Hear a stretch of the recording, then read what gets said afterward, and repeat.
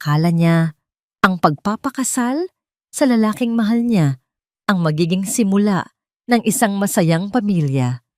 Ngunit impyerno pala ang kanyang pinasok. Hinayaan niyang yurakan siya ng kanyang biyenan kapalit ng kapayapaan. Hinayaan niyang talikuran siya ng asawang duwag sa ngalan ng pagsunod. Ngunit nang tangkain nilang agawin ang kaisa-isa niyang anak at itapon siya na parang basahan, doon nagwakas ang kanyang pagiging martir. Ang dating inaaping manugang ay babalik bilang ang nawawalang heredera ng mga Montemayor. Handa na ba silang lumuha ng dugo kapag ang babaeng kanilang inalipusta ay siya palang may-ari ng lupang kanilang tinatayuan? Huwag mong sabihing pagod ka na naman, Elaine. Isang simpleng paglampaso lang ng sahig, parang pasan mo na ang daigdig. Diyos ko, ang bagal-bagal kumilos. Baka abutan pa tayo ng mga amiga ko na amoy pawis ang sala. Ang matinis at mapanghamak na boses ni Doña Trinidad ang unang bumungad sa umaga. Mas maingay pa sa tilaok ng manok. Wala man lang magandang umaga o kahit anong pagbati. Para sa kanya, si Elaine ay hindi manugang, kundi isang kasambahay na walang sweldo at walang karapatang mapagod. Nakaluhod si Elaine sa malamig na tiles ng malawak na nasala. Ang kanyang mga kamay, na dati makinis noong dalaga pa siya, ngayon ay magaspang na at tila kulubot. Dahil sa kemikal ng panlinis, kumirot ang kanyang likod sa bawat kuskos ng basahan, ngunit mas masakit ang kirot sa kanyang dibdib. Hindi siya umimik. Sanay na siya. Sa loob ng 5 taon, natutunan niyang ang pagsagot ay lalo lamang magpapahaba ng sermon. Sa sulok ng silid, nakaupo si Adrian sa malambot na sofa. Nakasalpak ang malaking headphone sa kanyang tainga habang abala sa paglalaro sa kanyang cellphone. Alam ni Elaine na naririnig ni Adrian ang mga insulto ng ina nito, ngunit pinili ng lalaki na magbingi-bingihan. Tila wala siyang nakikitang asawa na nakadapa sa sahig, nagpupunas ng dumi sa ilalim ng kanyang mga paa. Naalala ni Elaine ang pangako ni Adrian sa altar noong araw ng kanilang kasal. Huwag kang mag-alala, mahal. Poprotektahan kita. Hindi ka naiiyak. Napapait na napangiti si Elaine habang pinipiga ang basahan sa timba. Ang tubig ay kasing labo ng kanyang pag-asa. Ang mga pangakong yon ay parang usok na lamang na tinangay ng hangin. Ngayon, ang lalaking nangakong magiging sandalan niya ay siya pang unang umiiwas kapag bumubuhos ang ulan ng pang-aapi. Hoy! Ano bang tinutunganga mo dyan? Tapusin mo na yan at ipagtimpla mo ako ng kape. Yung hindi matabang ha? Ayoko ng lasang tubig na gaya ng pagkatao mo. Pahabol na sigaw ni Doña Trinidad bago padabog na tinalikuran si Elaine at pumasok sa kanyang opisina sa ibaba. Humugot ng malalim na hininga si Elaine upang pigilan ang luhang nagbabadyang tumulo. Kailangan niyang maging matatag para kay Maya. Para sa kanyang anak na 5 taong gulang pa lamang. Si Maya ang kanyang mundo, ang tanging dahilan kung bakit tinitiis niya ang impyernong buhay sa mansyon ng mga De Silva. Tumayo siya, pinagpag ang nananakit na tuhod at tahimik na naglakad patungo sa kusina. Ngunit bago pa siya makarating, narinig niya ang boses ni Doña Trinidad mula sa nakabukas na pinto ng opisina. Hindi ito pasigaw, gaya ng dati, kundi mahina, seryoso, at puno ng mali siya. Oo, kumare, ayos na ang lahat. Pumayag na si Mayor na ipakasal ang anak niyang si Sofia kay Adrian. Malaking merger ito para sa kumpanya natin. Mawawala na ang utang ng mga De Silva. Napatigil si Elaine, nanigas ang kanyang buong katawan. Tila may bumara sa kanyang lalamunan na humadlang sa kanyang paghinga. Ipakasal? Si Adrian? Pero kasal sila. Paano mangyayari iyon? Dahan-dahan, sa kabila ng nanginginig na mga tuhod, lumapit siya ng kaunti sa pinto upang marinig ng mas malinaw. Ang bawat tibok ng kanyang puso ay parang tambol na dumadagundong sa katahimikan ng pasilyo. Paano si Elaine? Tanong ng kausap ni Doña Trinidad sa telepono, na naka-loudspeaker yata dahil dinig ni Elaine ang boses. Tumawa ng mapakla ang biyenan. Ang tawang yon ay parang kuko na gumuguhit sa pisara, nakakapanindig balahibo. Sus, madali lang yan. Wala naman siyang pamilya, di ba? Ulila, walang pera, walang laban. Kapag naipakasal na si Adrian kay Sofia, palalayasin ko na siya. Ang sabi ko kay Adrian, hiwalayan na niya. At alam mo naman ang anak ko, takot mawalan ng mana. Pumayag na siya kagabi pa. Ang mundo ni Elaine ay tila gumuho. Ang sahig na kani-kanina lang ay nililinis niya ay parang bumuka upang lamunin siya ng buhay. Si Adrian, pumayag. Ang asawa niya, ang ama ng anak niya, ay pumayag na itapon siya para sa pera. Ngunit hindi pa doon natatapos ang bangungot. Pero Doña Trinidad, sabi ng nasa telepono, paano ang bata? Ang apo niyo. Ah, si Maya? Sagot ng Donya nang walang gatol-gatol. Dugo ng De Silva yon. Siyempre dito siya titira. Si Sofia na ang magiging ina niya. Bata pa naman si Maya, madali lang siyang makakalimot. Tuturuan ko siyang kamuhian ng nanay niyang hampas lupa. Sa oras na palayasin ko si Elaine bukas ng umaga, sisiguraduhin kong hindi na niya muling makikita ang bata. Napatakip ng bibig si Elaine gamit ang kanyang nanginginig na mga kamay. Ang luhang kanina pa niya pinipigilan ay bumuhos na parang ulan. Hindi dahil sa sakit ng pagtataksil ni Adrian, kundi dahil sa takot.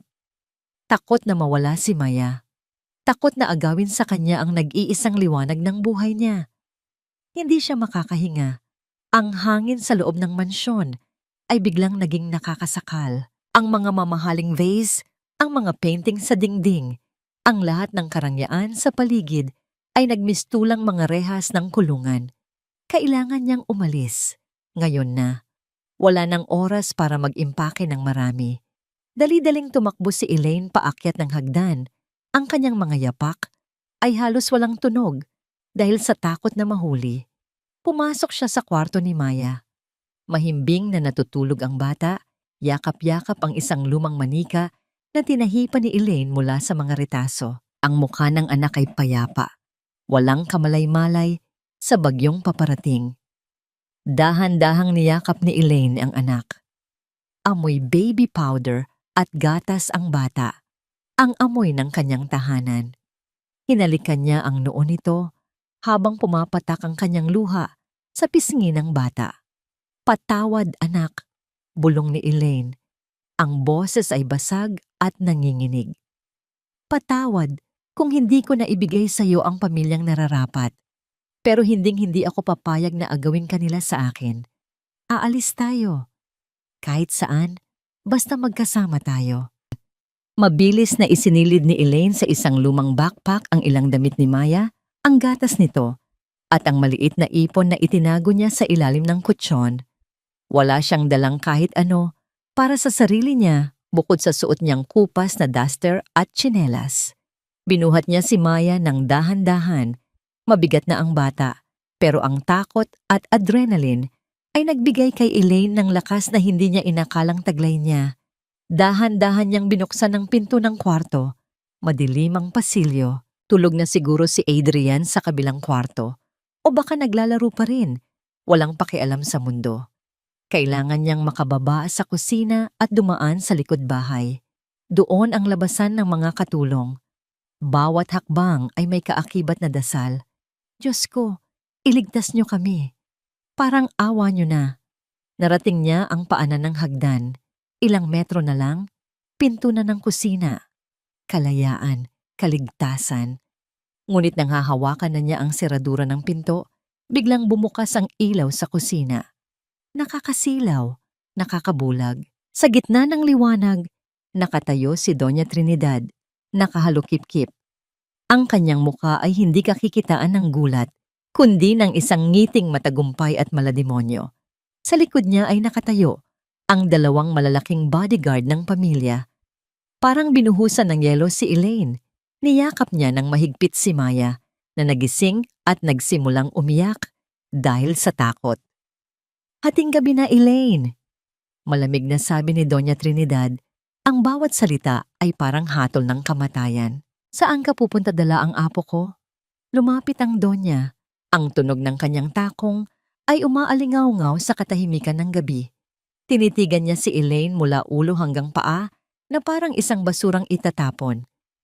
Akala mo ba makakatakas ka sa akin? Walang lumalabas sa pamamahay na ito nang hindi ko pinapahintulutan.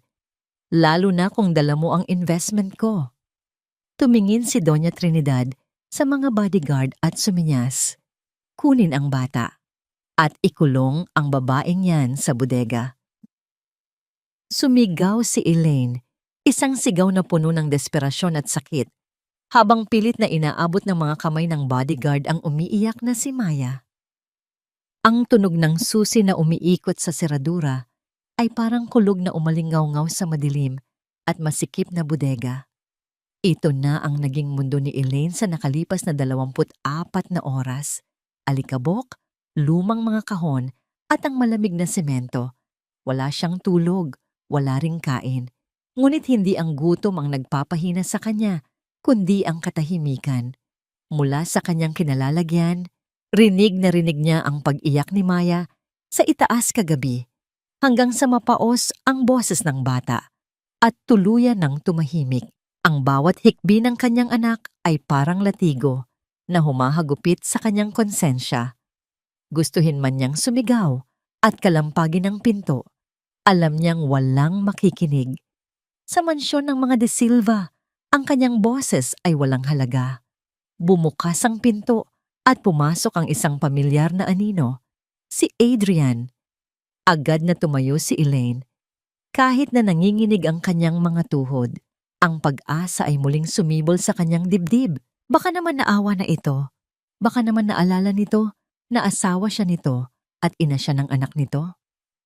Adrian, paos na tawag ni Elaine. Ang mga mata ay namumugto. Si Maya? Nasaan si Maya? Parang awa mo na. Ibalik mo sa akin ang anak natin. Ngunit sa halip na yakapin siya, nanatili si Adrian sa may pintuan.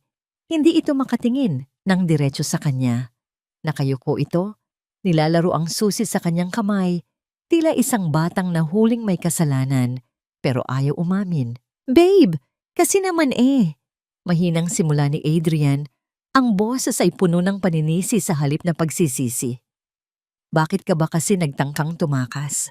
Alam mo namang magagalit si Mommy. Sinabihan na kita na sumunod ka na lang. 'Di ba? Naramdaman ni Elaine ang paglamig ng kanyang dugo. Tinitigan niya ang lalaking nasa harapan niya. Ito ba talaga ang lalaking pinakasalan niya? Ang lalaking nangako sa harap ng Diyos na aalagaan siya. Ngayon, nakikita na niya ang totoo. Si Adrian ay hindi biktima ng kanyang ina. Siya ay kasabwat. Ang kanyang katahimikan ay ang pinakamalupit na sandata. Sumunod? Mapait na tanong ni Elaine. Sumunod na ipagpalit mo ako sa iba? Sumunod na agawin niyo ang anak ko? Adrian, asawa mo ako. Tao ako, hindi aso na pwede niyong itapon kapag nagsawa na kayo. Huwag kang maingay. Saway ni Adrian, lumingon pa sa likod, baka may makarinig. Para rin naman ito sa future natin. I mean, sa future ni Maya. Baon na sa utang ang kumpanya, Elaine. Kailangan ko tong gawin. Si Sofia, mayaman ang pamilya niya. Matutulungan nila kami. Kayo. Pagtatama ni Elaine, ang luha ay tuluyan ng natuyo sa tindi ng galit. Matutulungan nila kayo. Wala na kaming lugar ni Maya sa plano niyo. Bumuntong hininga si Adrian. Tila siya pa ang biktima sa sitwasyon. Inilapag niya ang isang paper bag sa ibabaw ng lumang cabinet. Maligo ka na. May event mamaya sa Montemayor Grand Mall. Anniversary ng kumpanya. Gusto ni Mommy na nandoon tayo lahat. Kailangan makita ng investors na buo ang pamilya bago i-announce ang merger. Montemayor Grand Mall. Ang pangalan ay nagdulot ng kakaibang kirot sa sentido ni Elaine. Parang may pamilyar na alaala sa likod ng pangalang iyon. Isang malabong imahe ng mataas na gusali. At isang nakangiting mukha. Ngunit sa tindi ng gutom at pagod, hindi niya ito maapuhap. Aalis din tayo agad. Dagdag ni Adrian bago tumalikod. Magbihis ka ng maayos. Ayaw ni Mommy na mapahiya kami. Nang isara ni Adrian ang pinto, hindi na niya ito nilock. Ngunit alam ni Elaine na wala ring silbi ang tumakas ngayon. Nasa kanila si Maya. Hawak nila ang leeg niya. Ilang sandali pa, dahan-dahang bumukas muli ang pinto. Si Manang Rosa, ang matandang kasambahay na nagpalaki kay Adrian at tanging kakampi ni Elaine sa bahay na yon. Mabilis ang kilos nito, tila takot mahuli. "Hija!" bulong ni Manang Rosa at inilabas mula sa kanyang apron ang isang nakabalot na pandesal at maliit na bote ng tubig. "Kumain ka muna. Kanina ka pa. Walang laman ang tiyan." Kinuha ni Elaine ang tinapay. Ang mga kamay niya ay nanginginig sa gutom. Nang maramdaman niya ang init ng simpleng pagkain at ang higpit ng hawak ni Manang Rosa sa kanyang balikat, doon lamang siya napahagulgol ng mahina. Si Maya. Nasa kwarto ni Donya. Bulong ni Manang Rosa. Ang mga mata ay puno ng awa at lungkot. "Huwag kang mag-alala. Binabantayan ko siya. Pero Elaine, mag-ingat ka mamaya. Iba ang kutob ko sa mga ngiti ni Doña Trinidad kanina. May masama siyang balak." Bago pa makatanong si Elaine, narinig nila ang matinis na boses ni Doña Trinidad mula sa intercom. "Rosa, nasaan na ang kape ko? At siguraduhin mong presentable na ang babaeng yan. Ayokong magmukha siyang basahan sa tabi ko." Nagmamadaling umalis si Manang Rosa. Naiwan si Elaine na hawak ang kapirasong tinapay, ang tanging lakas niya para sa laban na hindi niya alam kung paano pananalo. Binuksan ni Elaine ang paper bag na iniwan ni Adrian. Sa loob ay isang simpleng bestida na kulay abo. Luma na ito, kupas, at halatang binili lang sa tiyangge. Ito ang gusto ni Doña Trinidad. Nasa tabi ng kanyang mga mamahaling alahas at designer gown, si Elaine ay magmukhang hamak na alalay, isang anino na nagpapatingkad sa liwanag ng iba. Isinuot ni Elaine ang damit. Maluwag ito sa kanya dahil pumayat siya ng husto sa mga nakaraang buwan ng stress at puyat. Tumingin siya sa basag na salamin sa sulok ng bodega. Ang babaeng nakatingin pabalik ay payat, maputando, at mukhang pagod na pagod. Ngunit sa ilalim ng mga matang yon, may isang bagang nag-aalab. Ang takot ay unti-unting napapalitan ng puot. "Gagawin ko ang lahat para kay Maya," bulong niya sa sarili. Kahit lumuhod ako, kahit magmakaawa ako. Lumabas siya ng bodega at naabutan si Doña Trinidad sa sala. Nakasuot ito ng makinang na pulang gown. Puno ng ginto ang leeg at braso. Si Maya ay bihis na bihis din, hawak ng yaya. At nang makita nito si Elaine, agad itong nagpumiglas. "Mama!" Akmang lalapit si Elaine para yakapin ang anak, ngunit hinarang siya ng bodyguard. "Oops, wag mong guluhin ang ayos ng buhok niya," mataray na sabi ni Doña Trinidad habang inaayos ang kanyang hikaw. "Sa mall mo na siya hawakan kapag may nakatingin na kamera. Sa ngayon, lumayo ka muna. Amoy bodega ka." Lumapit ang Donya kay Elaine, kunwaring inaayos ang kwelyo ng suot nitong lumang bestida. Ang kanyang mga mata ay nanlilisik, puno ng malisyosong saya. "Siguraduhin mong hindi ka gagawa ng eksena, Elaine. Hawak ko ang buhay ng anak mo, isang maling galaw, at hindi mo na siya makikita kahit kailan." Habang nagsasalita, ang mga kamay ni Doña Trinidad ay mabilis na gumalaw. Sa isang iglap na hindi napansin ni Elaine, may idinulas ang matanda sa loob ng nakabukas na lumang shoulder bag ni Elaine. Isang bagay na maliit, matigas, at magsisilbing mitya ng isang pagsabog. "Tara na," utos ni Doña Trinidad, at tinalikuran si Elaine nang may ngiting tagumpay. Hinihintay na tayo ng tadhana. Sumunod si Elaine, yakap ng mahigpit ang kanyang bag sa dibdib. Walang kamalay-malay na dala-dala na niya ang ebidensya ng kanyang sariling kapahamakan.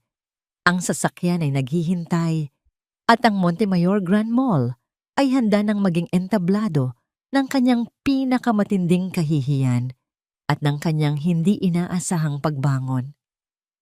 Ang Montemayor Grand Mall ay tila isang palasyo ng yelo. Malamig, makinang, at walang puwang. Para sa mga tulad ni Elaine, ang sahig ay gawa sa mamahaling marmol na kasing kintab ng salamin na sumasalamin sa bawat ilaw ng naglalakihang chandelier sa itaas. Ang bawat tao na naglalakad ay tila galing sa isang magazine. Mababango, nakauniforme ng yaman at kapangyarihan. Sa gitna ng karangyaang ito, pakiramdam ni Elaine ay isa siyang mantsa na pilit itinatago. Hila-hila niya si Maya sa kanang kamay, habang ang kaliwa naman ay mahigpit na nakakapit sa strap ng kanyang luma at kupas na shoulder bag. Ang tingin ng mga tao ay parang mga karayom na tumutusok sa kanyang balat. Alam niyang hindi siya nababagay dito. Ang kanyang kulay abong bestida, bagaman malinis, ay sumisigaw ng kahirapan sa tabi ng kumikinang na pulang gown ni Doña Trinidad. "Bilisan mo naman maglakad, Elaine!" Sita ni Doña Trinidad nang hindi lumilingon. Ang boses ay sapat lang para marinig ni Elaine, pero hindi ng mga taong nasa paligid. "Para kang pagong, nakakahiya ka." Sumunod si Elaine, nakayuko. Sa likuran nila, naglalakad si Adrian na parang walang kasama. Abala ito sa pagte-text ni hindi man lang tinapunan ng tingin ang mag-ina niya. Para kay Adrian, ang pagiging kasama ni Elaine sa publiko ay isang parusa.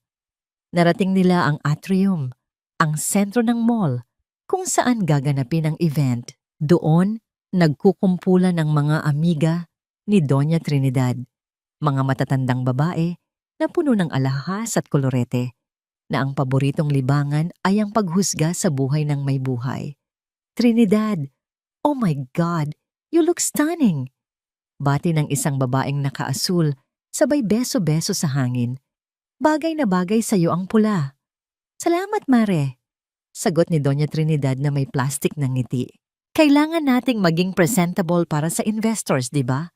Napadako ang tingin ng mga babae kay Elaine na nakatayo sa likuran, hawak si Maya.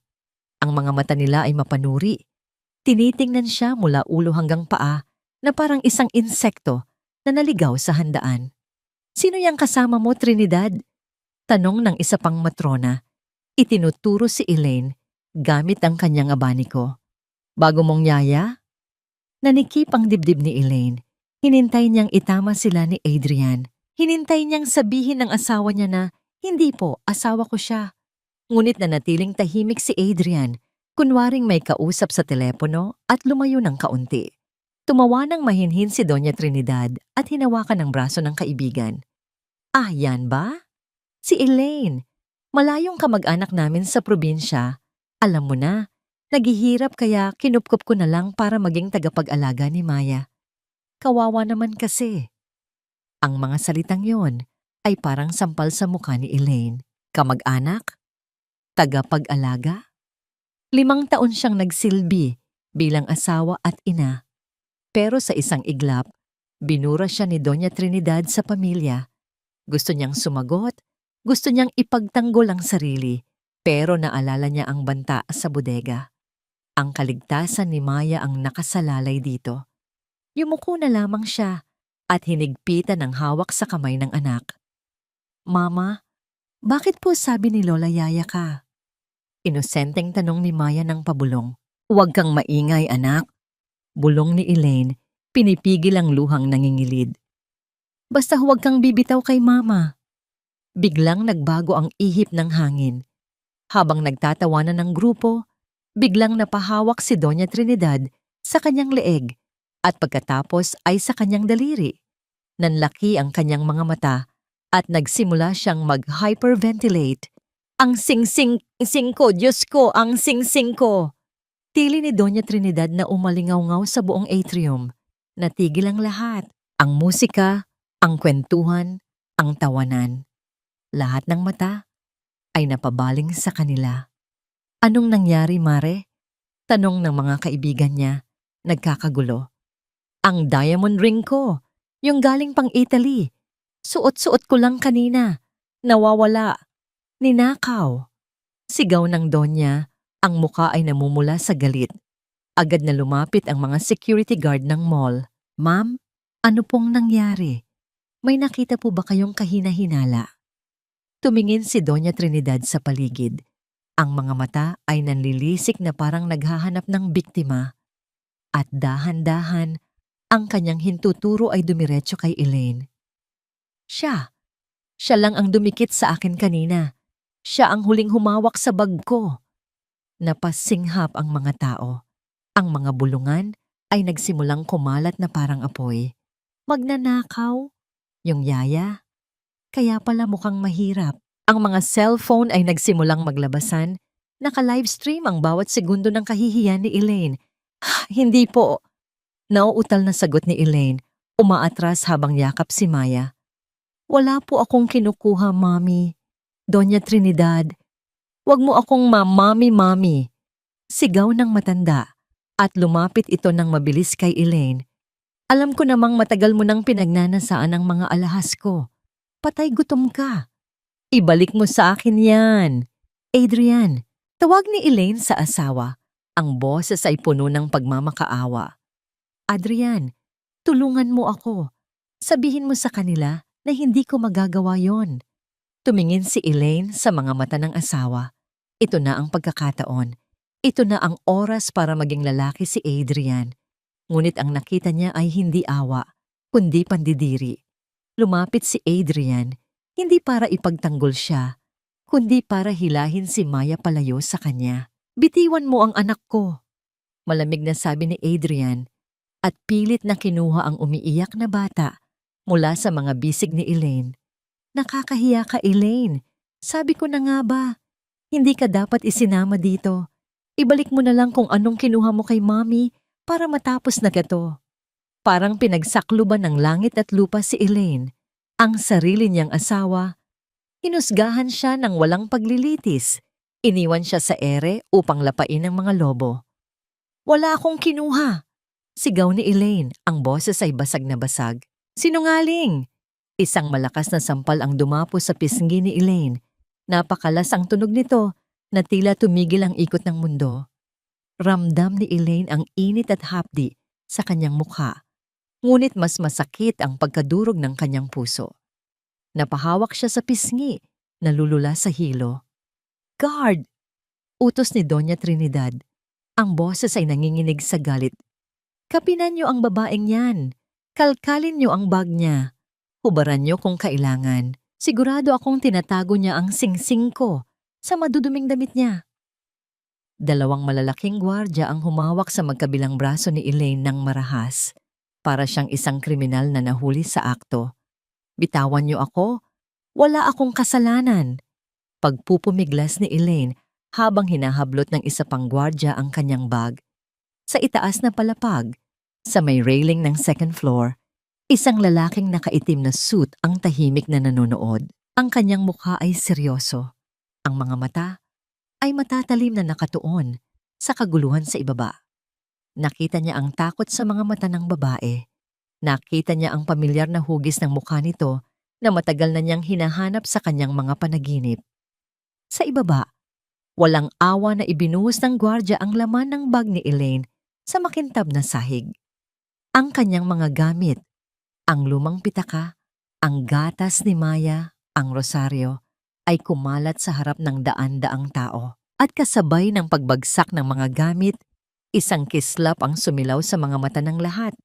Gumulong ang isang makinang na bagay at tumigil sa paanan ni Doña Trinidad. Ang singsing. Natahimik ang lahat.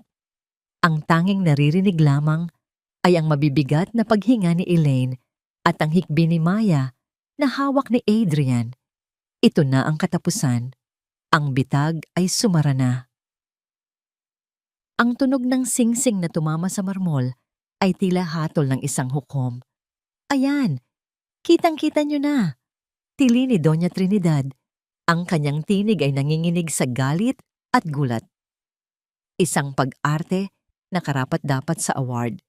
Tinuro niya ang singsing na gumulong sa paanan ng gwardya. Nasa bag niya. Ang kapal ng mukha mong magmalinis. Elaine, pinapakain ka namin. Tapos ito ang isusukli mo? Magnanakaw. Ang mga bulungan ng mga tao sa paligid ay lumakas, parang higanteng pukyutan na handang manakit. Ang mga cellphone ay nakatutok, kumukuha ng bawat anggulo ng kahihiyan ni Elaine. Dalhin niyo na yan sa presinto, utos ni Doña Trinidad sa mga gwardya.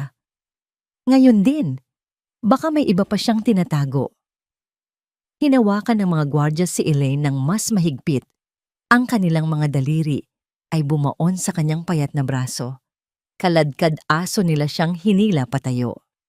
Bitawan niyo ako! Sigaw ni Elaine. Nagpupumiglas hindi dahil sa singsing, kundi dahil nakikita niyang papalayo na si Adrian. Bit-bit ang umiiyak na si Maya. Maya, anak ko! Adrian, huwag mong ilayo ang anak ko! Sa kanyang pagpupumiglas, ang kwelyo ng kanyang lumang bestida ay nahila ng gwardya. Rinig na rinig ang tunog ng pagkapunit ng tela. Ang manipis na tahi ay bumigay, at kasabay nito, isang bagay ang napigtal mula sa kanyang leeg. Ang kanyang kwintas. Ito ay isang simpleng kwintas na pilak, luma na at nangingitim, na may palawit na hugis gasuklay na buwan. Ito ang tanging bagay na suot niya noong matagpuan siya sa ampunan 20 taon na ang nakararaan. Ito ang tanging alaala ng kanyang tunay na pagkatao na hindi niya kailanman hinayaang kunin ni Doña Trinidad.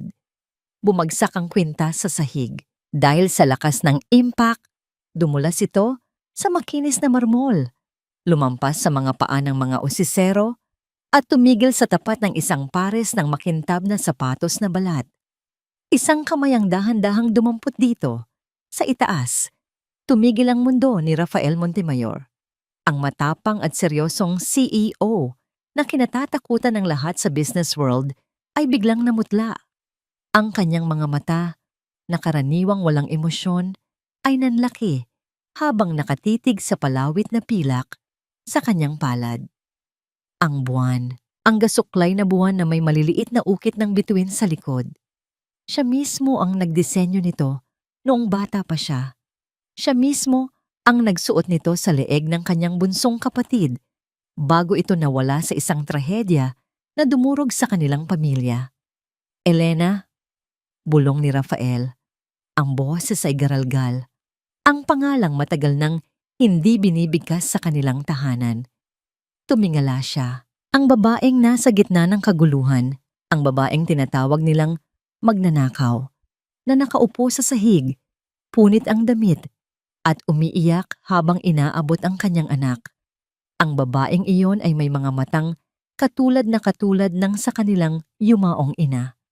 Kumilos si Rafael, hindi naglalakad, kundi sumusugod. Ang kanyang mga hakbang ay mabibigat at puno ng kapangyarihan. Sa kanyang likuran, ang kanyang 2 kapatid na sina Lucas at Mateo, na nakakita rin sa nangyari, ay sumunod na parang mga sundalong handang pumatay. Sa ibaba, akmang pupusasan na ng gwardya si Elaine nang biglang may humawi sa kanila ng marahas. Bitawan niyo siya! Ang sigaw ay hindi malakas, ngunit ito ay puno ng awtoridad na nagpatahimik sa buong mall. Ang mga gwardya ay napaatras, gulat sa biglaang paglitaw ng may-ari ng buong gusali. Si Rafael Montemayor ay nakatayo sa pagitan ni Elaine at ng mga nang-aapi sa kanya.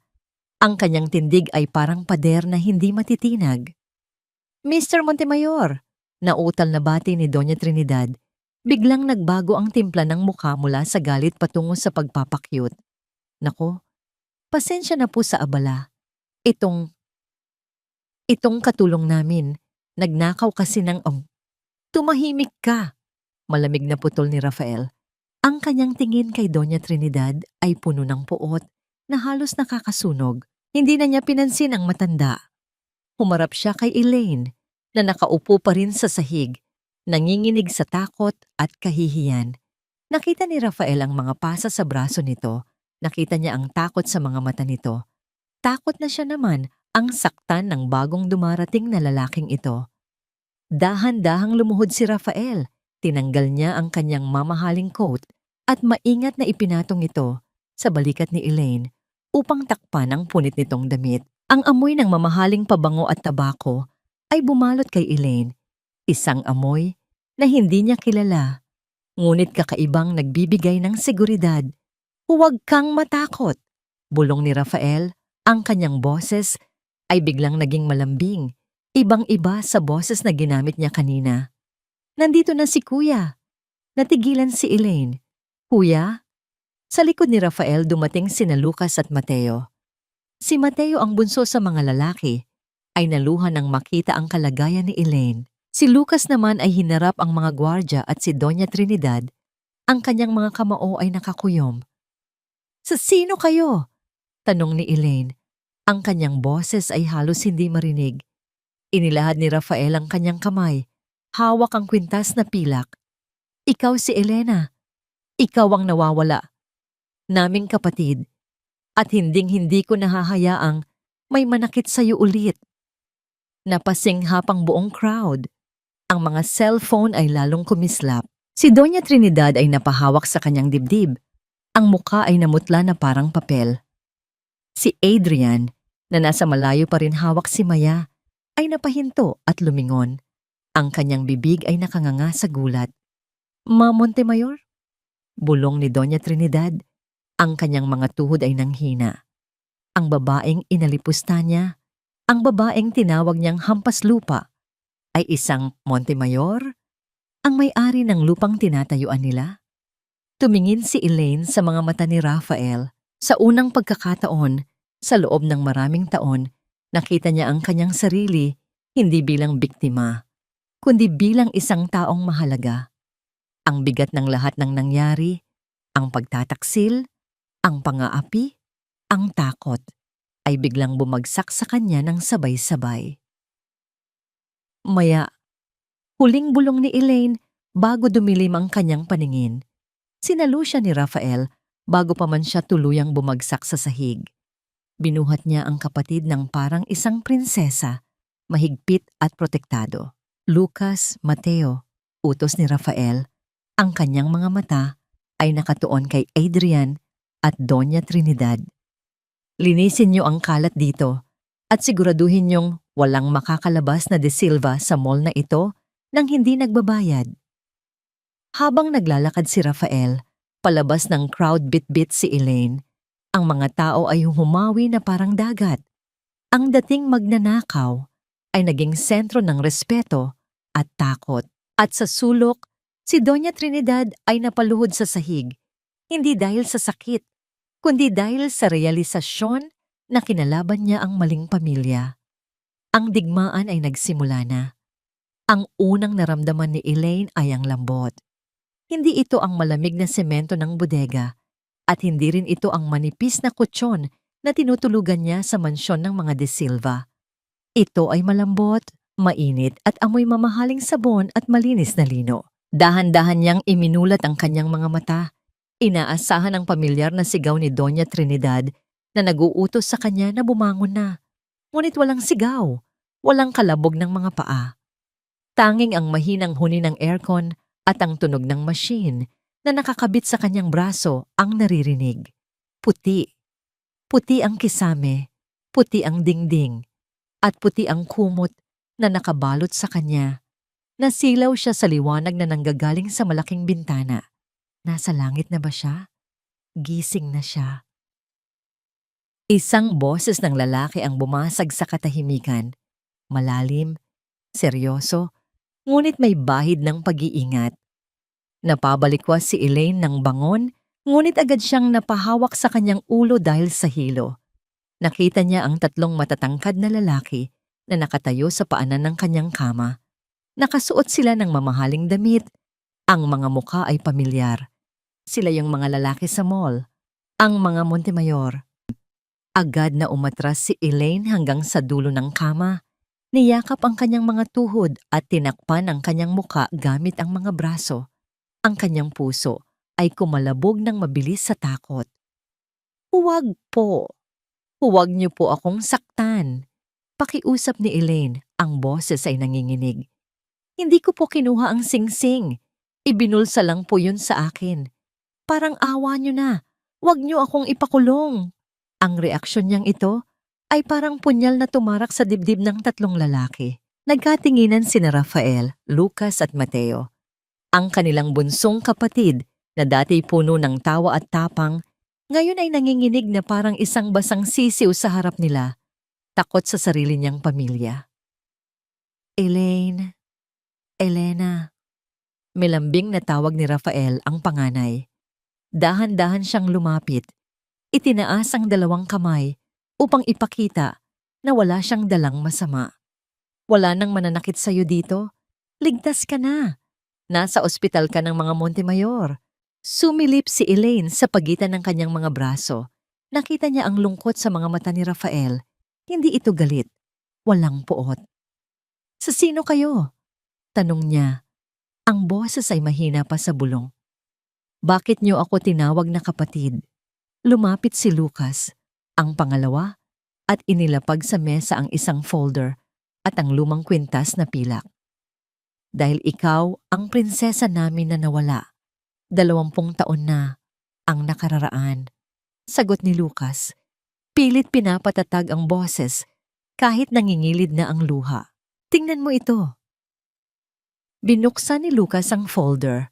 Sa loob ay may mga larawan ng isang batang babae na kamukhang kamukha ni Elaine noong bata pa siya. Suot ang parehong kwintas na buwan. Katabi nito ay ang resulta ng DNA test na may tatak na positive. Ikaw si Elena Montemayor, dagdag ni Mateo, ang bunso, na hindi na napigilan ang pagtulo ng luha. Hinanap ka namin sa lahat ng sulok ng Pilipinas. Akala namin patay ka na.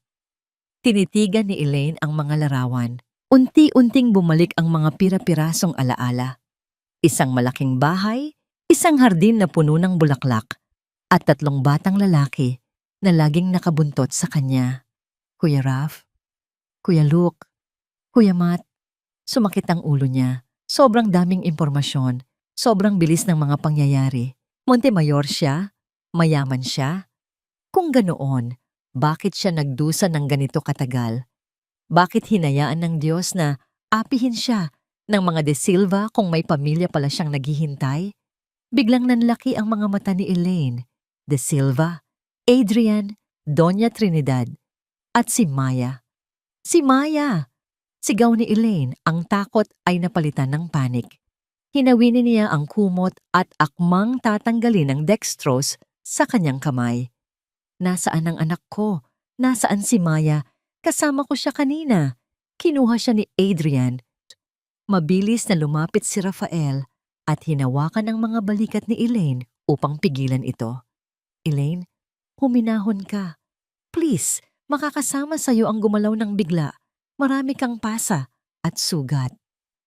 Wala akong pakialam sa sugat ko. Pagpupumiglas ni Elaine, ang lakas ng isang ina ay bumabalik sa kanya. Gusto ko ang anak ko. Ibalik niyo sa akin si Maya. Kung talagang kapatid niyo ako, tulungan niyo akong bawiin siya. Ginagawa na namin ang lahat, paliwanag ni Lucas. Sinusubukang pakalmahin ang kapatid. Nakausap na namin ang mga abogado, pero hawak siya ng ama niya. Legal ang pagkuha ni Adrian. Hindi namin pwedeng basta-basta pasukin ang bahay nila nang walang court order. Natigil si Elaine. Tinitigan niya si Lucas. Pagkatapos ay si Rafael. Legal? Mapait na tawa ni Elaine habang tumutulo ang luha. Legal na saktan nila ako? Legal na gutumin nila ako? Legal na agawin nila ang anak ko para gawing kapalit sa negosyo? Mayayaman kayo, di ba? Montemayor kayo. Bakit kailangan niyo pa ng papel para iligtas ang pamangkin niyo? Natahimik ang 3 lalaki. Ang sakit sa boses ni Elaine ay tagos hanggang buto. Tama siya. Sa yaman at kapangyarihan nila, parang ang bagal ng hustisya. Sa gitna ng pagpupumiglas, nahulog ang manggas ng hospital gown ni Elaine. Tumambad sa kanila ang likod ng balikat ni Elaine. Napasinghap si Mateo. Doon, sa maputing balat ni Elaine ay may mga peklat. Peklat ng paso ng plansa.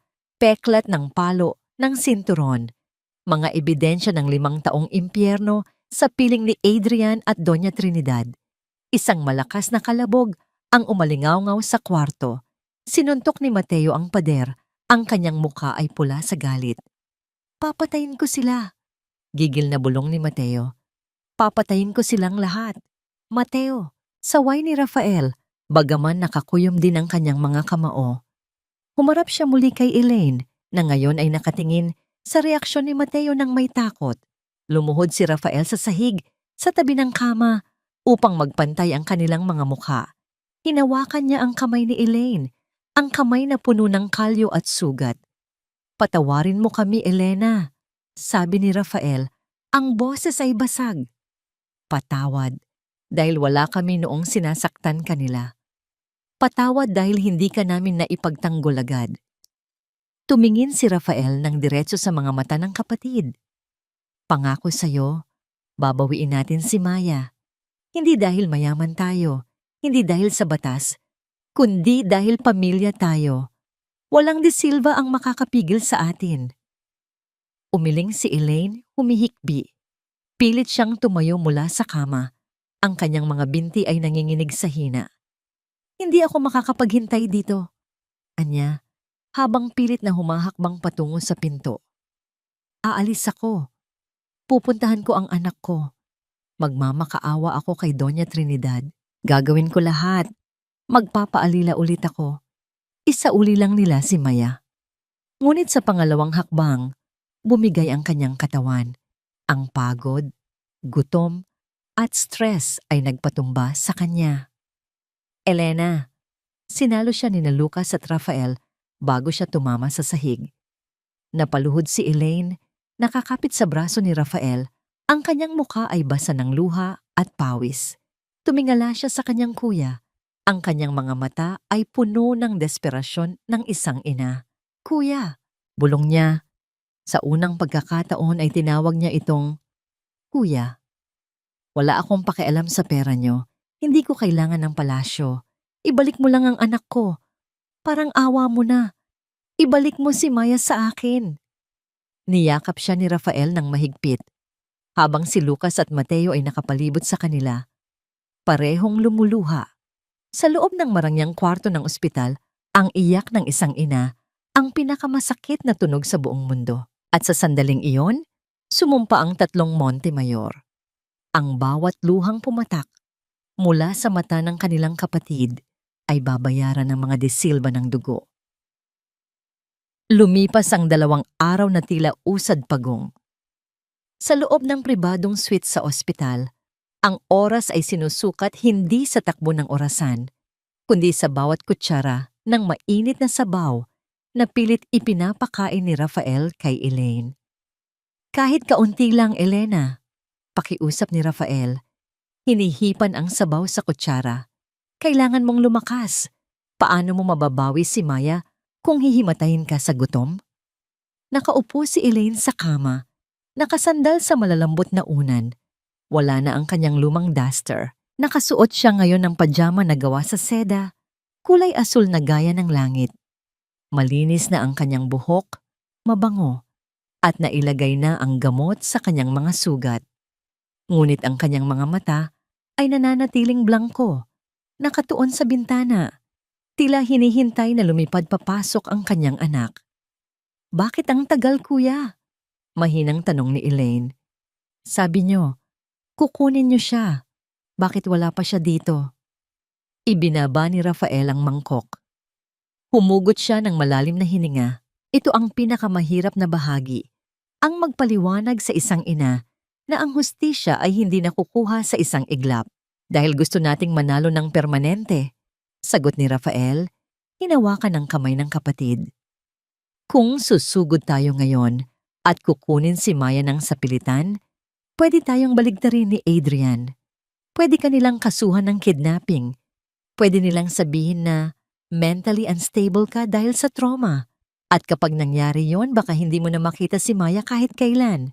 Nanlaki ang mga mata ni Elaine sa takot. Kaya nagpapalakas tayo. Pagpapatuloy ni Rafael, ang boses ay puno ng determinasyon. Habang nagpapahinga ka, kumikilos ang mga abogado natin. Hayaan mong maramdaman ng mga De Silva ang lamig ng pader na tinayo nila sa paligid mo. Sa oras na bumangga tayo, sisiguraduhin kong wala silang matatakbuhan.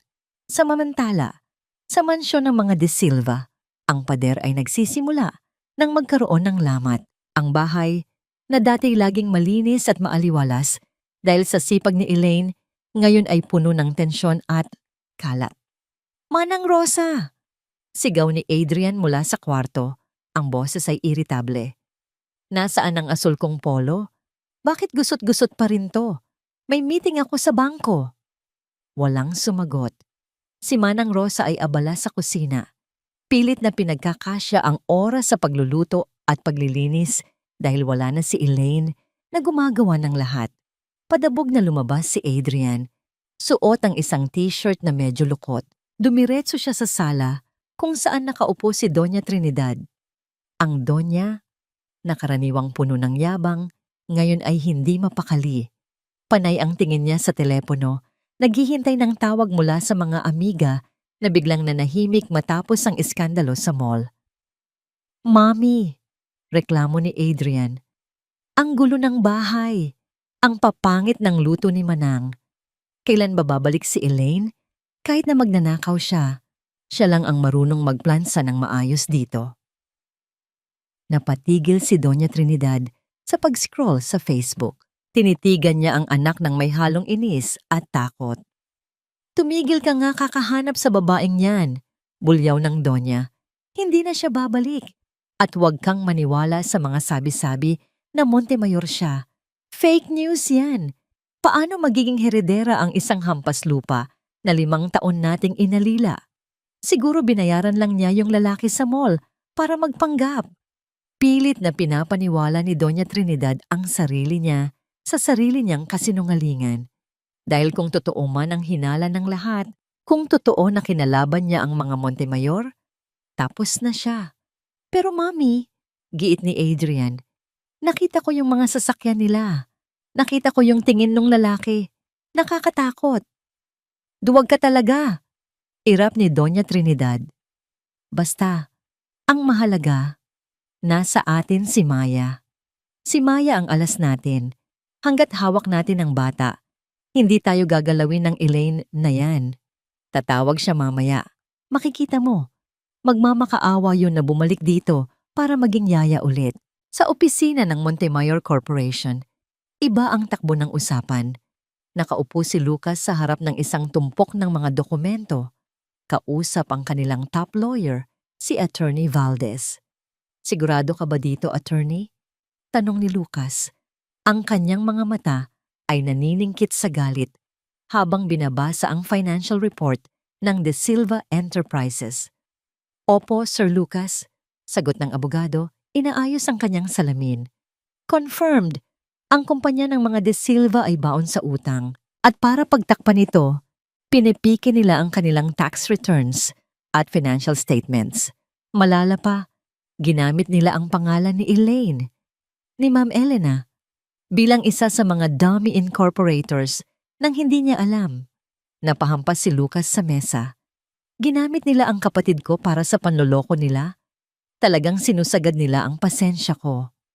Tumayo si Lucas at tumingin sa bintana. Tanaw ang skyline ng Maynila. "Ihanda ang mga papel, attorney. Huwag lang child custody ang isampa nyo. Isama nyo na ang estafa, tax evasion at physical abuse. Gusto kong lunurin sila sa demanda hanggang sa wala na silang maibayad kahit pambili ng tinapay." Bumalik ang eksena sa mansyon ng mga De Silva. Hapon na at palubog na ang araw. Ang anino sa loob ng bahay ay humahaba, tila mga daliri ng multo. Nasa sala pa rin si Doña Trinidad. Hinihilot ang kanyang sentido. Masakit ang ulo niya. Walang tumatawag. Walang naglalike ng posts niya.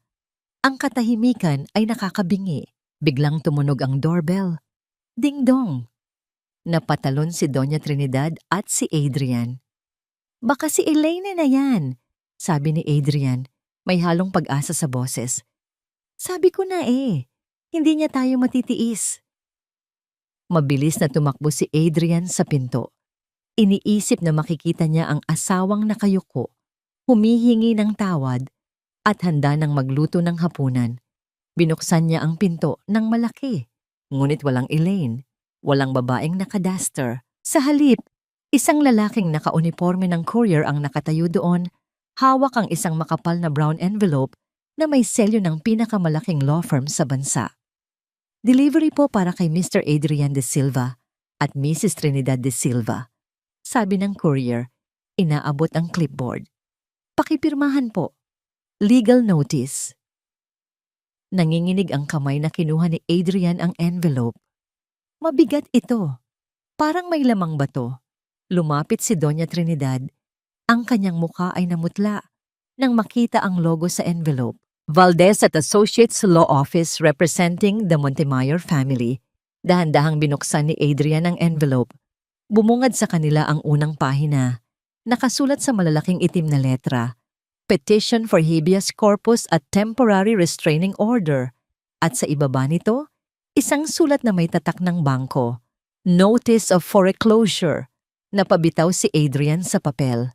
Tila huminto ang pag-ikot ng mundo. Tumingin siya sa kanyang ina, na ngayon ay nakatulala. Ang labi ay nanginginig sa takot na hindi na kayang itago ng kahit anong makeup. Ang pader na kanilang itinayo ay nagsisimula ng gumuho at ang ingay ng pagbagsak nito ay magiging musika sa pandinig ng mga Montemayor. Ang gate ng Montemayor Estate ay gawa sa matibay na bakal at itim na bato na tila naghihiwalay sa langit at lupa. Sa labas nito, nakaparada ang isang pulang sedan, ang sasakyan ni Adrian na binili pa sa utang, na mukhang laruan kumpara sa naglalakihang pader ng mansyon. Bumaba si Doña Trinidad, suot ang kanyang pinakamahal na alahas at isang gown na sobrang magarbo para sa oras ng tanghali. Sa tabi niya ay si Adrian na pilit inaayos ang kanyang gusot na polo. Mukhang hindi mapakali at pinapawisan ng malapot. Sigurado ka ba dito, Mami? Tanong ni Adrian, nakatingin sa mga CCTV camera na nakatutok sa kanila. May court order na silang pinadala. Baka lalo lang tayong mademanda kung manggugulo tayo dito. Tumahimik ka, Adrian. Irap ng Donya habang naglalagay ng lipstick. Anong demanda? Pamilya tayo. Asawa mo ang nandoon. Apo ko ang pinag-aawayan. Sa batas ng tao at batas ng Diyos, may karapatan tayong kausapin sila. At saka, ngumisi siya ng mapakla. Kapag nakita ng mga Montemayor na nandito tayo, matatakot sila sa iskandalo. Alam mo naman ang mga mayayaman, ayaw ng ingay. Pinindot ni Doña Trinidad ang intercom ng sunod-sunod. Tila walang balak tumigil hanggat hindi pinagbubuksan. Sa loob ng mansyon, sa security room, kitang-kita sa malaking monitor ang ginagawa ng mag-ina. Nakaupo si Elaine sa harap ng screen, yakap ang kanyang sarili. Ang kanyang mga mata ay nanlalaki sa takot habang pinapanood ang pamilyar na mukha ng kanyang biyenan. Ang bawat pagngisi ni Doña Trinidad ay nagbabalik ng alaala ng pang-aapi. Ang mga kurot sa tagiliran, ang mga masasakit na salita, ang pagpapalaya sa kanya sa sarili niyang kwarto. Naramdaman niya ang isang mainit na kamay sa kanyang balikat. Si Rafael, huwag kang matakot. Malumanay na sabi ni Rafael, ang boses ay puno ng kasiguraduhan. Hanggat nandito ka sa loob ng pader na ito, hindi ka nila maabot. Panonoorin lang natin sila. Kuya, nanginginig na bulong ni Elaine. Baka kunin nila ako. Baka maniwala ang mga pulis sa kanila. Tingnan mo si Lucas. Turo ni Rafael sa screen. Siya ang bahala. Sa labas, bumukas ang maliit na pinto sa gilid ng gate. Hindi ang malaking gate, kundi ang pinto para sa mga tao. Lumabas si Lucas Montemayor, ang pangalawa sa magkakapatid. Nakasuot siya ng simpleng puting polo, ngunit ang kanyang tindig ay puno ng awtoridad. Sa kanyang kanang kamay, may bitbit siyang isang itim na trash bag. Oh, finally! Sigaw ni Doña Trinidad. Akmang yayakapin si Lucas na parang close sila.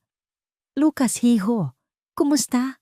Nandito kami para sunduin ang asawa ng anak ko. Alam mo na, lover's quarrel lang ito. Masyado naman kayong seryoso sa mga legal notice nyo.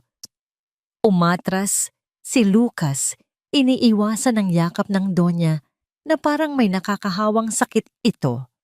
Ang kanyang mukha ay blanco, walang bahid ng emosyon. Mrs. De Silva! Malamig na bati ni Lucas. Wala kayong susunduin dito. Ang kapatid ko ay nasa ilalim ng pangangalaga ng pamilya Montemayor. Kapatid? Tawa ni Doña Trinidad, peke at matinis. Huwag na tayong maglokohan nito, hiho. Si Elaine, yung yaya namin. Kapatid nyo. Siguro nagkakamali lang kayo ng DNA test. Baka nabayaran lang. Hindi sumagot si Lucas. Sa halip, humarap siya kay Adrian na nakatayo sa likuran ng ina nito. Nakayuko at hindi makatingin ng diretso. Adrian, tawag ni Lucas. Nag-angat ng tingin si Adrian. Ito ang pinadala mo, di ba? Tanong ni Lucas. At inihagis ang itim na trash bag sa paanan ni Adrian. Bumukas ang plastic at tumambad ang laman nito. Ang mga lumang duster ni Elaine, ang kanyang mga punit na tsinelas, at ang ilang piraso ng damit na halos basahan na sa nipis. Yan ang ibinigay niyo sa kapatid namin sa loob ng 5 taon, sabi ni Lucas. Ang boses ay nagsimulang tumaas sa galit. Habang kayo, nagpapakasasa sa pera ng kumpanya, ang kapatid ko, ginawa niyong basahan. At ngayon, may lakas kayo ng loob na pumunta dito at tawagin kaming pamilya? Napatingin si Adrian sa mga damit sa semento. Biglang kumirot ang kanyang dibdib. Naalala niya noong una niyang nakilala si Elaine. Maganda, maayos manamit, puno ng pangarap. Siya ang gumawa nito kay Elaine. Siya ang humubog sa Elaine na naging basahan. Lucas, hindi naman sa ganun. Nauutal na depensa ni Adrian. Mahal ko si Elaine. Mahal? Singal ni Lucas. Kung mahal mo siya, hindi sana siya puno ng peklat ngayon. Umalis na kayo bago ko ipakaladkad ang kotse niyo sa tow truck. Habang nagtatalo sila, napatingala si Adrian sa itaas ng mansyon. Sa balcony ng 3 palapag, may isang babaeng nakatayo. Ang hangin ay nilalaro ang mahaba at itim nitong buhok. Nakasuot ito ng isang puting bestida na lumilipad sa hangin, malinis at walang bahid ng dumi. Si Elaine. Parang nakakita ng multo si Adrian. Ibang-iba ito sa Elaine na kilala niya. Ang babaeng nasa balcony ay mukhang reyna. Mukhang hindi maabot. Mukhang malaya. Nagtagpo ang kanilang mga mata. Sa distansyang yun, nakita ni Adrian na walang galit sa mukha ni Elaine. Wala ring pagmamahal. Wala. Blanko. At iyon ang pinakamasakit sa lahat. Ang malamang wala na siyang halaga sa babaeng dati lumuluhod para sa kanya. Elaine! Sigaw ni Adrian kumaway. Babe, umuwi ka na. Patawarin mo na ako. Tumalikod si Elaine at dahan-dahang pumasok sa loob ng kwarto. Isinasara ang glass door. Ni hindi siya lumingon muli. Sa ibaba, namula si Doña Trinidad sa galit nang makita ang pagwawalang bahala ni Elaine. Ang kapal ng mukha. Sigaw ng Donya na wala na ang poise. Hoy, Lucas! Sabihin mo sa kapatid mo, hindi pa kami tapos. Sisirain ko kayo. Ipapatawag ko ang media. Sasabihin ko sa lahat na kinidnap niyo ang asawa ng anak ko. Tingnan natin kung sino ang paniniwalaan ng tao, ang mayamang bully o ang kawawang biyenan. Tinitigan lang siya ni Lucas nang may awa. Gawin mo, hamon ni Lucas. Dahil sa bawat salitang sasabihin mo sa media, isang kaso ang idadagdag ko sa patong-patong na demanda nyo. Subukan mo, Doña Trinidad. Subukan mong kalabanin ang pader na ito. Sumenya si Lucas sa mga gwardya. Agad na isinara ang maliit na pinto. Ang tunog ng bakal na sumara ay parang tuldok sa usapan. Naiwan sina Adrian at Doña Trinidad sa labas. Mainit, pinagpapawisan, at talunan. Sa loob ng mansyon bumalik si Elaine sa kanyang kwarto. Nanginginig pa rin ang kanyang mga kamay, pero nakahinga na siya ng maluwag. Naitaboy nila ang mga ito. Naupo siya sa kama. Pilit na pinapakalma ang sarili. Ligtas ako! Ligtas ako! Biglang tumunog ang telepono sa bedside table. Hindi ito ang intercom ng bahay, kundi ang lumang cellphone na narecover ng mga tauhan ni Rafael Mula sa bag niya sa mall, isang unknown number ang tumatawag. Kinabahan si Elaine. Sino ang tatawag sa kanya? Wala namang nakakaalam ng number na ito maliban kay Adrian at sinagot niya ang tawag. Hello? Mama. Isang maliit at humihikbing boses ang sumagot. Ang puso ni Elaine ay tila tumigil sa pagtibok. Maya? Anak? Diyos ko, Maya, nasaan ka? Mama, natatakot po ako. Iniyak ni Maya sa kabilang linya, halos hindi makahinga sa higpit ng pag-iyak. Nasa kwarto po ako ni Lola. Nilak nila ako. Gutom na po ako, Mama. Wala po si Manang Rosa. Pinalabas ni Lola. Papunta na si Mama, anak. Huwag kang matakot, sagot ni Elaine. Ang luha ay mabilis na umaagos. Anong ginagawa nila sa'yo? Sabi ni Lola, ba't daw po ikaw? Sumbong ng bata. Tapos kanina po, nung umiyak ako, pinalo niya ako ng hanger. Masakit po, Mama. May dugo po sa binti ko. Ano? Sigaw ni Elaine. Ang kanyang dugo ay kumulo sa tindi ng galit. Biglang may narinig siyang kalabog sa kabilang linya. Bumukas ang pinto. Hoy! Bata ka! Sinong kausap mo? Boses iyon ni Doña Trinidad. Kakauwi lang nila galing sa Montemayor Estate at halatang naghahanap ng mapagbubuntunan ng galit. Lola, wag po. Mama ko po ito. Sigaw ni Maya. Akin na yan. Pak! Isang malakas na tunog ng sampal ang narinig. Sinundan ng matinis na tili ni Maya at ang tunog ng cellphone na bumagsak sa sahig. Mama! Tulong! Mama! At biglang naputol ang linya. Tuot! Tuot! Tuot! Nabitawan ni Elaine ang telepono. Ang katahimikan sa kwarto ay nabasag ng kanyang sariling sigaw, hindi sigaw ng takot, kundi sigaw ng isang inang sinagad na sa dulo. Sa sandaling iyon, namatay ang martir na si Elaine at ipinanganak ang isang halimaw na handang sunugin ang mundo para sa kanyang anak. Hindi na umiyak si Elaine. Pagkababa ng telepono, tuyo ang kanyang mga mata. Ang takot na kanina'y lumalamon sa kanya ay naglaho at ang pumalit ay isang malamig at matinding galit. Ang uri ng galit na kayang sunugin ang buong mundo. Bumukas ang pinto ng kwarto at pumasok si Rafael na alarma sa sigaw ng kapatid kanina. Ngunit natigilan siya nang makita si Elaine. Wala na ang nanginginig na babaeng nakita niya sa ospital. Nakatayo ito, tuwid ang likod, at ang mga mata ay nanlilisik na parang apoy. Kuya, sabi ni Elaine, ang boses ay matatag at walang bahid ng pag-aalinlangan. Dalhin mo ako sa kanila. Ngayon din. Alam ni Rafael na hindi ito pakiusap. Ito ay utos. Tumango siya at agad na tinawagan si Lucas at ang kanilang head of security. Ihanda ang sasakyan. Utos ni Rafael sa telepono habang inaabot ang coat kay Elaine at tawagan si Attorney Valdes. Isama niyo ang mga pulis at DSWD. Giyera na to. Ang convoy ng 5 itim na SUV ay humarurot palabas ng Montemayor Estate. Binabagtas ang kalsada patungo sa mansyon ng mga De Silva na parang mga sundalong susugod sa laban. Sa loob ng bahay ng mga De Silva, nagkakagulo. Si Doña Trinidad ay nasa sala, hinihilot ang kanyang sentido habang umiinom ng alak. Rinig na rinig pa rin ang yak ni Maya mula sa itaas, kahit nakasarado ang pinto. Patahanin mo nga yang bata, Adrian, bulyaw ng Donya. Nakakarindi. Baka marinig ng kapitbahay. Sinubukan ko na, Mami, sagot ni Adrian na nakaupo sa hagdan. Mukhang stress na stress. Ayaw niyang tumigil kakatawag sa nanay niya. At saka, dumugo yung binti niya sa palo mo kanina. Baka magka-impeksyon. Kasalanan niya yan. Matigas ang ulo.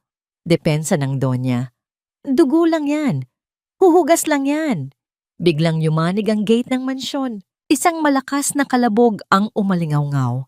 Sinundan ng tunog ng mga sirena.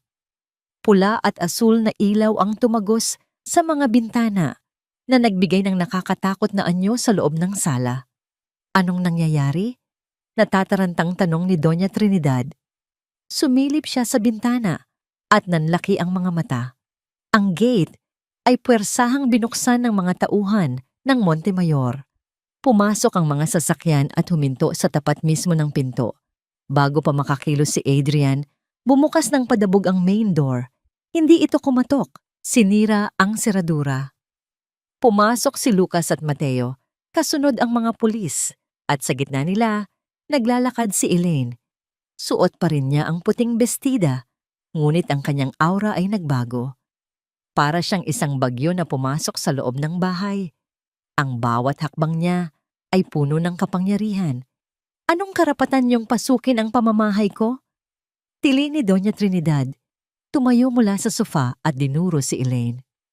Trespassing to! Ipapahuli ko kayo! Hindi siya pinansin ni Elaine. Dire-diretso itong naglakad patungo sa hagdan. Hinarangan siya ni Doña Trinidad. Ang matanda ay puno ng galit. Ang mukha ay namumula. Huwag kang umakyat. Wala kang karapatan sa apo ko.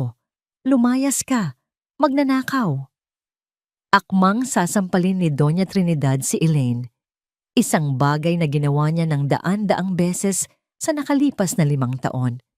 Sanay siyang yumuyuko si Elaine. Sanay siyang tinatanggap nito ang bawat sakit. Ngunit hindi ngayon. Sinalag ni Elaine ang kamay ng biyenan sa ere. Mahigpit, madiin. Nagulat si Doña Trinidad. Tumingin siya sa mata ni Elaine at nakita ang isang halimaw na gising na. Bitawan mo ako, sigaw ng Donya. Hindi na ako ang katulong niyo. Malamig na bulong ni Elaine at hindi na ako ang manugang na pwede mong saktan. At sa isang mabilis na galaw, binitawan ni Elaine ang kamay ng matanda at iginawad ang kanyang sariling hustisya. Isang malutong at napakalakas na sampal ang dumapo sa pisngi ni Doña Trinidad. Ang tunog ay umalingaw-ngaw sa buong sala, mas malakas pa sa sirena ng pulis. Napalingon ang mukha ng Donya, tumalsik ang kanyang hikaw, at napaupo siya sa sofa sa lakas ng impact. Natahimik ang lahat. Pati si Adrian ay napanganga. Si Lucas at Mateo ay napangiti ng lihim sa likuran. Para yan sa bawat araw na inalipusta mo, ako ni Kop mo. Sabi ni Elaine, nakatingin sa baba sa biyena na hawak ang namumulang pisngi. At kung sasaktan mo ulit ang anak ko, hindi lang sampal ang aabutin mo. Iniwan ni Elaine ang nakatulalang biyenan at tumakbo paakyat ng hagdan. Sinundan siya ni Rafael at ng mga social worker. Maya! Anak! Sigaw ni Elaine habang kinakalampag ang pinto ng kwarto ni Doña Trinidad. Nakalak ito. Tabi! Utos ni Rafael. Sa isang sipa, binuksan ni Rafael ang pinto. Bumungad sa kanila ang madilim na kwarto. Sa sulok, sa ilalim ng kama, may isang maliit na bulto na nanginginig. Mama? Agad na dumapa si Elaine sa sahig at inabot ang anak. Maya anak, nandito na si Mama. Ligtas ka na. Gumapang palabas si Maya at yumakap ng mahigpit sa leeg ng ina. Ang bata ay puno ng pasa sa braso at may tuyong dugo sa binti. Ang puso ni Elaine ay nadurog, pero pinilit niyang huwag umiyak. Kailangan niyang maging matatag para sa anak. Binuhat ni Elaine si Maya at lumabas ng kwarto. Nakasunod, ang DSWD mo. Adarudi na kumukuha ng litrato ng mga sugat ng bata bilang ebidensya. Pagbaba nila sa sala, nakatayo si Adrian sa paanan ng hagdan. Nakita niya ang sugat ng anak at sa unang pagkakataon, nakita ni Elaine ang hiya sa mukha nito. Elaine! Tawag ni Adrian. Akmang hahawakan si Maya. Umatras si Elaine. Inilayo ang bata. Ang tingin niya kay Adrian ay walang bahid ng pagmamahal, tanging pandidiri na lamang. Huwag na huwag mo kaming lalapitan, banta ni Elaine. Wala kang kwentang ama. Habang naglalakad sila palabas, may humahabol sa kanila mula sa kusina. Si Manang Rosa. May dala itong maliit na paper bag. Inabot niya ito kay Elaine ng palihim habang nagkakagulo ang mga pulis at si Doña Trinidad na nagwawala. "Hija," bulong ni Manang Rosa, nangingilid ang luha. "Kunin mo ito. Matagal ko nang tinatago ito. Ito ang ledger ni Doña. Nakasulat dito lahat ng perang ninakaw niya mula sa mana na iniwan ng magulang mo para sa'yo noon. Gamitin mo ito para pabagsakin siya." Nanlaki ang mata ni Elaine. Ang inaakala niyang nawalang pera ay ninakaw pala ng Doña. Tinanggap niya ang paper bag at hinawakan ng kamay ng matanda. "Salamat, Manang. Babalikan kita. Pangako." Sumakay si Elaine sa sasakyan. Katabi si Maya na ngayon ay mahimbing nang natutulog sa kanyang bisig, ligtas at payapa. Sa labas ng bintana, nakita niya si Doña Trinidad na pilit pinipigilan ng mga pulis habang sumisigaw ng mga sumpa. Nakita niya si Adrian na nakayuko sa gilid, talunan. Lumingon si Elaine sa kanyang Kuya Rafael na nasa front seat. "Kuya," tawag niya. "Ano yon, bunso?" Hinawakan ni Elaine nang mahigpit ang itim na kwaderno na bigay ni Manang Rosa. "Ubusin natin sila," sabi ni Elaine, hanggang sa huling sentimo. Tumango si Rafael at ngumiti. Isang ngiti na nangangahulugan ng katapusan para sa mga De Silva. Ang sasakyan ay umalis, iniwan ang mansyon na puno ng gulo at kadiliman, habang si Elaine ay tumutungo sa isang bagong umaga, hindi na bilang biktima, kundi bilang isang Montemayor. Ang pagbagsak ng imperyo ng mga De Silva ay hindi nangyari sa isang iglap na parang pagsabog, kundi dahan-dahan at masakit, tulad ng isang lumang bahay na inaanay hanggang sa bumigay ang pundasyon. Sa opisina ng De Silva Enterprises, ang katahimikan ay nakakabingi. Dati, ang lugar na ito ay puno ng ingay ng mga empleyadong nagmamadali at mga teleponong walang tigil sa pagtunog para sa mga bagong order. Ngayon, ang tanging naririnig ay ang tunog ng paglilipat ng mga papel at ang mahihinang bulungan ng mga natitirang staff na nag-aalala sa kanilang sweldo. Nakaupo si Adrian sa kanyang opisina, gusot ang buhok at nanginginig ang mga kamay habang hawak ang telepono. "Hello, Mr. Tan? Sir? Tungkol po sa shipment natin next week." Naputo lang sasabihin ni Adrian nang marinig ang malamig na sagot sa kabilang linya. "Cancel na yon, Adrian. Pull out na kami. Nabalitaan namin ang gulo nyo sa mga Montemayor. Ayaw naming madamay sa kaso. Good luck na lang." Binabaan siya ng telepono. Ito na ang ikalimang kliyente na tumalikod sa kanila ngayong araw. Ang pangalang Montemayor ay parang lason sa business world. Walang gustong dumikit sa mga De Silva. Ang mga bangko na dati nagpapautang sa kanila nang nakapikit, ngayon ay nagpapadala na ng mga notice of foreclosure halos araw-araw. Napahilamos si Adrian sa kanyang mukha. Wala na. Tapos na ang lahat. Ang kumpanyang ipinamana ng ama niya, napilit niyang isinalba sa pamamagitan ng pagsasakripisyo kay Elaine, ay naglalaho na parang bula. Biglang bumukas ang pinto at pumasok si Sofia, ang babaeng ipinalit niya kay Elaine. Ang tiket sana nila sa pagahon. Nakasuot ito ng mamahaling damit, ngunit ang mukha ay hindi maipinta. "Sofia, babe!" Tumayo si Adrian, nabuhayan ng loob. "Buti dumating ka. Kailangan ko ng tulong. Yung cheque na pinangako ng daddy mo." "Wala na yon, Adrian." Putol ni Sofia. Hindi man lang siya tiningnan sa mata. Inilapag nito ang isang maliit na kahon sa mesa. "Break na tayo." Natigilan si Adrian. "Ha? Bakit? Dahil ba sa gulo?" "Dahil baon ka na sa utang." Diretsahang sagot ni Sofia, puno ng pandidiri. "My parents won't allow me to marry a bankrupt man. At saka, nakakahiya ka. Viral sa social media yung video ng nanay mo na sinasampal ng asawa mo." "Sorry, Adrian, pero ayokong maging laughing stock ng society." Tumalikod si Sofia at lumabas ng pinto. Dala ang huling pag-asa ni Adrian. Naiwan siyang nakatayo sa gitna ng kanyang gumuguho na kaharian. Napagtatanto na ang babaeng pinili niya ay minahal lang siya dahil sa kanyang pera. Pera na ngayon ay wala na. Samantala, sa isang kilalang pawn shop sa downtown, ibang klase naman ng kahihiyan ang dinaranas ni Doña Trinidad. Suot ang kanyang oversized sunglasses at scarf para hindi makilala.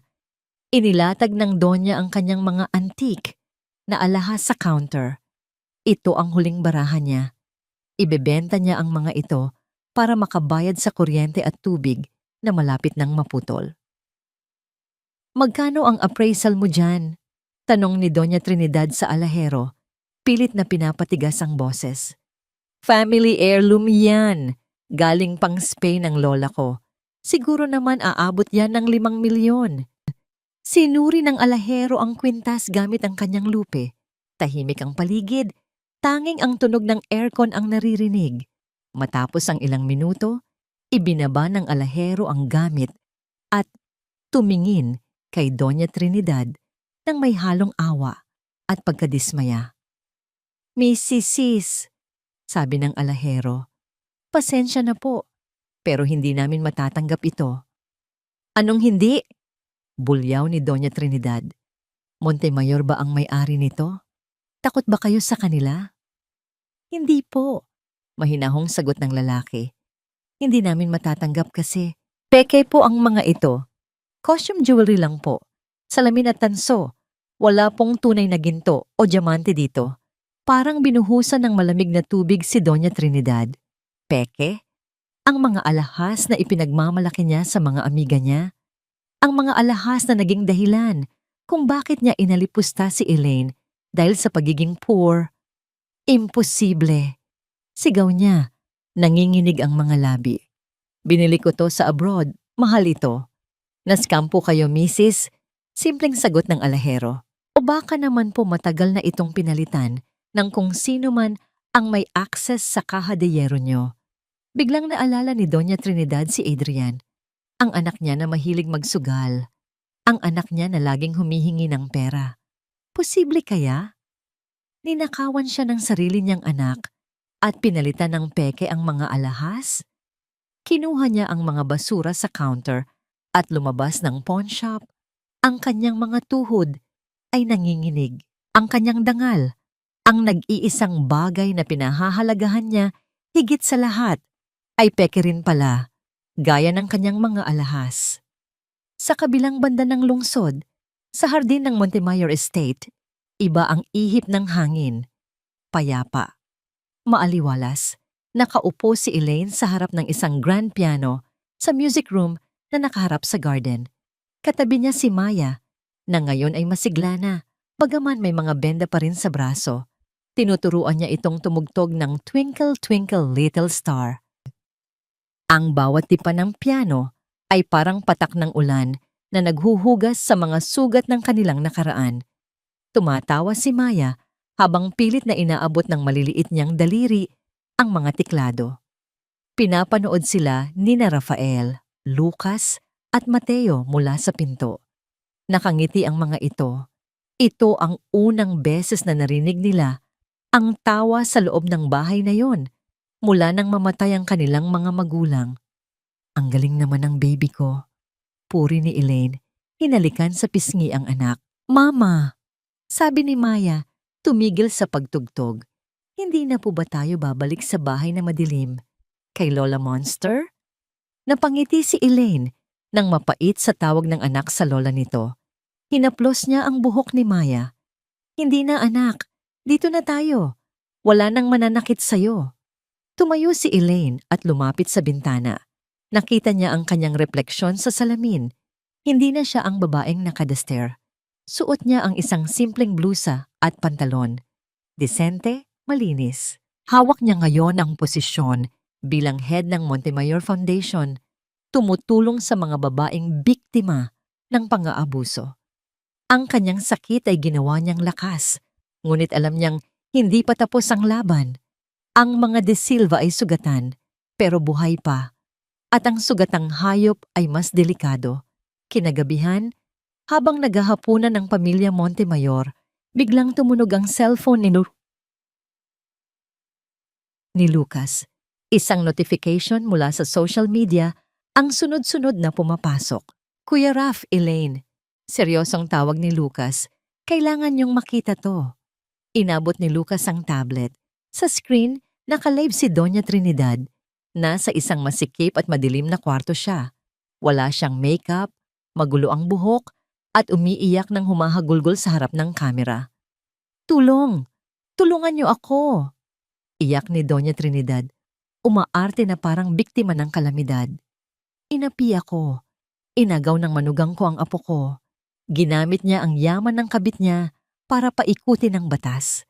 At ngayon, biglang humawak si Doña Trinidad sa kanyang dibdib. Nanlaki ang mga mata at umarte na parang hinihika. Ah! Ang puso ko! Adrian! Tulong! Pinapatay nila ako! At sa harap ng libo-libong viewers, bumagsak si Doña Trinidad sa sahig. Nagkikisay. Ang live video ay naputol, naiwan ang mga manunood sa shock at awa. Ang comment section ay mabilis na napuno. Grabe naman yung Elaine, walang utang na loob. Kawawa naman ang matanda. Boycott Montemayor, ibinalibag ni Mateo ang tinidor sa mesa. Nag-iinarte lang yan. Oscar awardee sa kasamaan. Ngunit nanatiling kalmado si Rafael. Tumingin siya kay Elaine.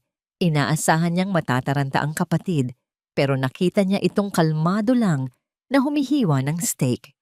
Hayaan niyo siya. Malamig na sabi ni Elaine, hindi man lang nagtaas ng tingin. Gusto niya ng audience? Pagbibigyan natin siya. Pero sa susunod na humarap siya sa kamera, sisiguraduhin kong nasa loob na siya ng korte at hindi siya makaka-acting doon. Ang digmaan ay lumipat mula sa boardroom patungo sa hukuman ng opinyon ng publiko. At si Elaine ay handa ng maging huwes at berdugo. Ang conference room ng Montemayor Tower ay puno hanggang sa dulo. Daan-daang reporters, bloggers, at camera crew ang nagsisiksikan, nag-aagawan sa pinakamagandang pwesto. Ang hangin ay mabigat, amoy kape at tensyon. Ang bawat bulungan ay tungkol sa video ni Doña Trinidad na kumalat sa social media. Ang video kung saan inaakusahan niya ang mga Montemayor ng pang-aapi. Sa backstage, nakatayo si Elaine sa harap ng salamin. Suot niya ang isang purong puting pantsuit. Simple ngunit may awtoridad. Wala na ang bakas ng takot sa kanyang mukha. Ang kanyang buhok ay nakapusod ng maayos at ang kanyang mga mata ay kalmado, gaya ng dagat bago ang bagyo. Handa ka na ba? Tanong ni Rafael. Inaayos ang lapel ng kanyang coat. Pwede tayong umatras. Pwede nating hayaan ang mga abogado na ang humarap. Umiling si Elaine. Hinawakan niya ang kamay ng kuya niya. Hindi kuya, ako ang siniraan nila. Ako rin ang tatapos nito. Lumabas sila sa entablado. Ang liwanag ng camera flash ay nakakabulag, parang libo-libong kidlat na sabay-sabay na tumama. Click, click, click. Ang tunog ng mga shutter ay parang ulan sa bubong. Umupo si Elaine sa gitna. Katabi sina Rafael at Attorney Valdez. Magandang umaga, panimula ni Rafael. Ang kanyang boses ay malakas at puno ng kapangyarihan. Nagpatahimik sa buong kwarto. Nandito kami hindi para makipagdrama, kundi para ilabas ang katotohanan.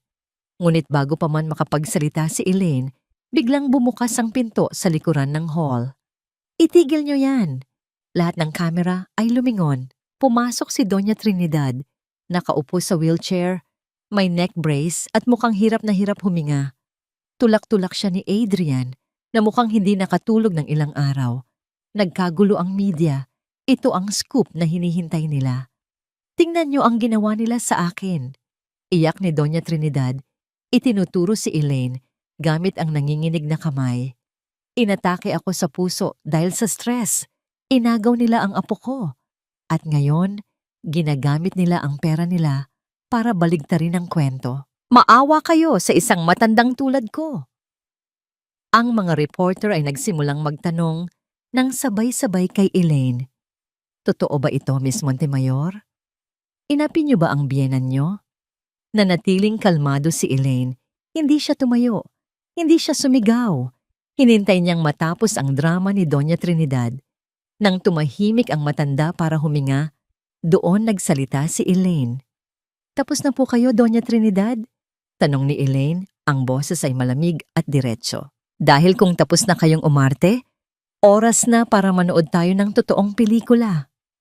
Sumenya si Elaine sa technical booth. Namatay ang mga ilaw sa hall. Ang malaking LED screen sa likuran ni Elaine ay umilaw. Ang unang video ay kuha ng CCTV sa sala ng mansyon ng mga De Silva. May pet sa noong nakaraang buwan.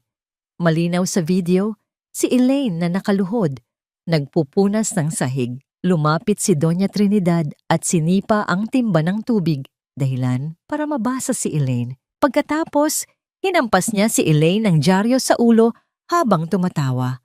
Napasinghap ang mga reporter. Sunod na video. Ang kusina. Nakikita si Doña Trinidad na pinapakain si Elaine ng panis na kanin habang nakatalikod si Adrian na naglalaro sa cellphone. Hindi totoo yan! Edited yan! Sigaw ni Doña Trinidad. Pilit na tumatayo mula sa wheelchair. Nakakalimutan ng kanyang sakit. "Peke yan! Deepfake!" "Peke ba?" tanong ni Attorney Valdez. "Kung ganoon, ipaliwanag niyo ito." Nagbago ang imahe sa screen.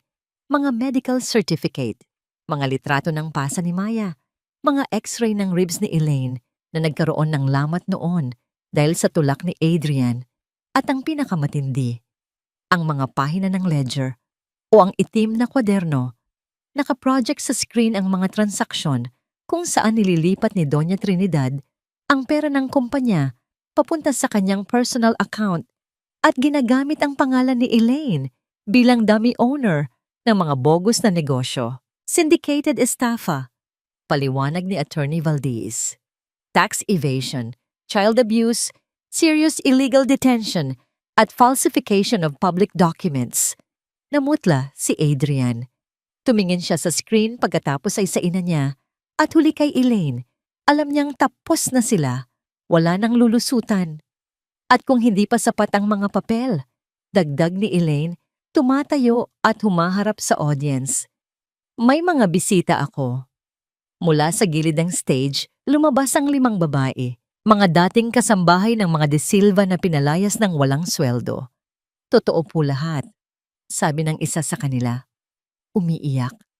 "Nakita po namin kung paano saktan ni Doña Trinidad si Ma'am Elaine. Pati po si Sir Adrian, nanonood lang. Minsan po, siya pa ang nagsasara ng pinto para hindi marinig ng kapitbahay ang sigaw." Ang bulungan sa hall ay naging ingay ng galit. Ang mga reporter na kanina'y naawa kay Doña Trinidad ay ngayon ay nandidiri na sa kanya. Ang mga kamera ay nakatutok na sa mukha ng matanda. Kinukunan ang bawat butil ng pawis sa kanyang noo. Hindi. Bulong ni Doña Trinidad. Umaatras ang wheelchair. "Adrian, may gawin ka. Magsalita ka. Sabihin mong sinungaling sila." Tumingin si Adrian sa ina niya. Tumingin siya sa mga kamera. Tumingin siya sa mga pulis na naghihintay sa pinto. Sa isang iglap, nanaig ang pagiging duwag ni Adrian. Binitawan niya ang hawakan ng wheelchair. Umatras siya palayo sa kanyang ina. "Wala akong alam dyan," sabi ni Adrian.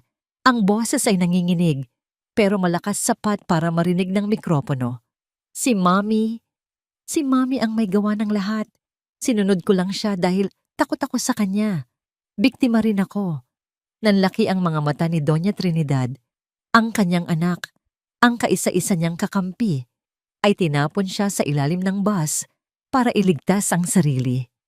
"Adrian, walang hiya ka," sigaw ng Donya, akmang susuguri ng anak, pero bigla siyang napahawak sa dibdib. Sa pagkakataong ito, totoo na ang sakit. "Doña Trinidad de Silva," sabi ng isang pulis na lumapit, hawak ang isang papel. "May warrant of arrest po kayo. Kayo ay inaaresto para sa kasong qualified theft at child abuse. May karapatan kayong manahimik."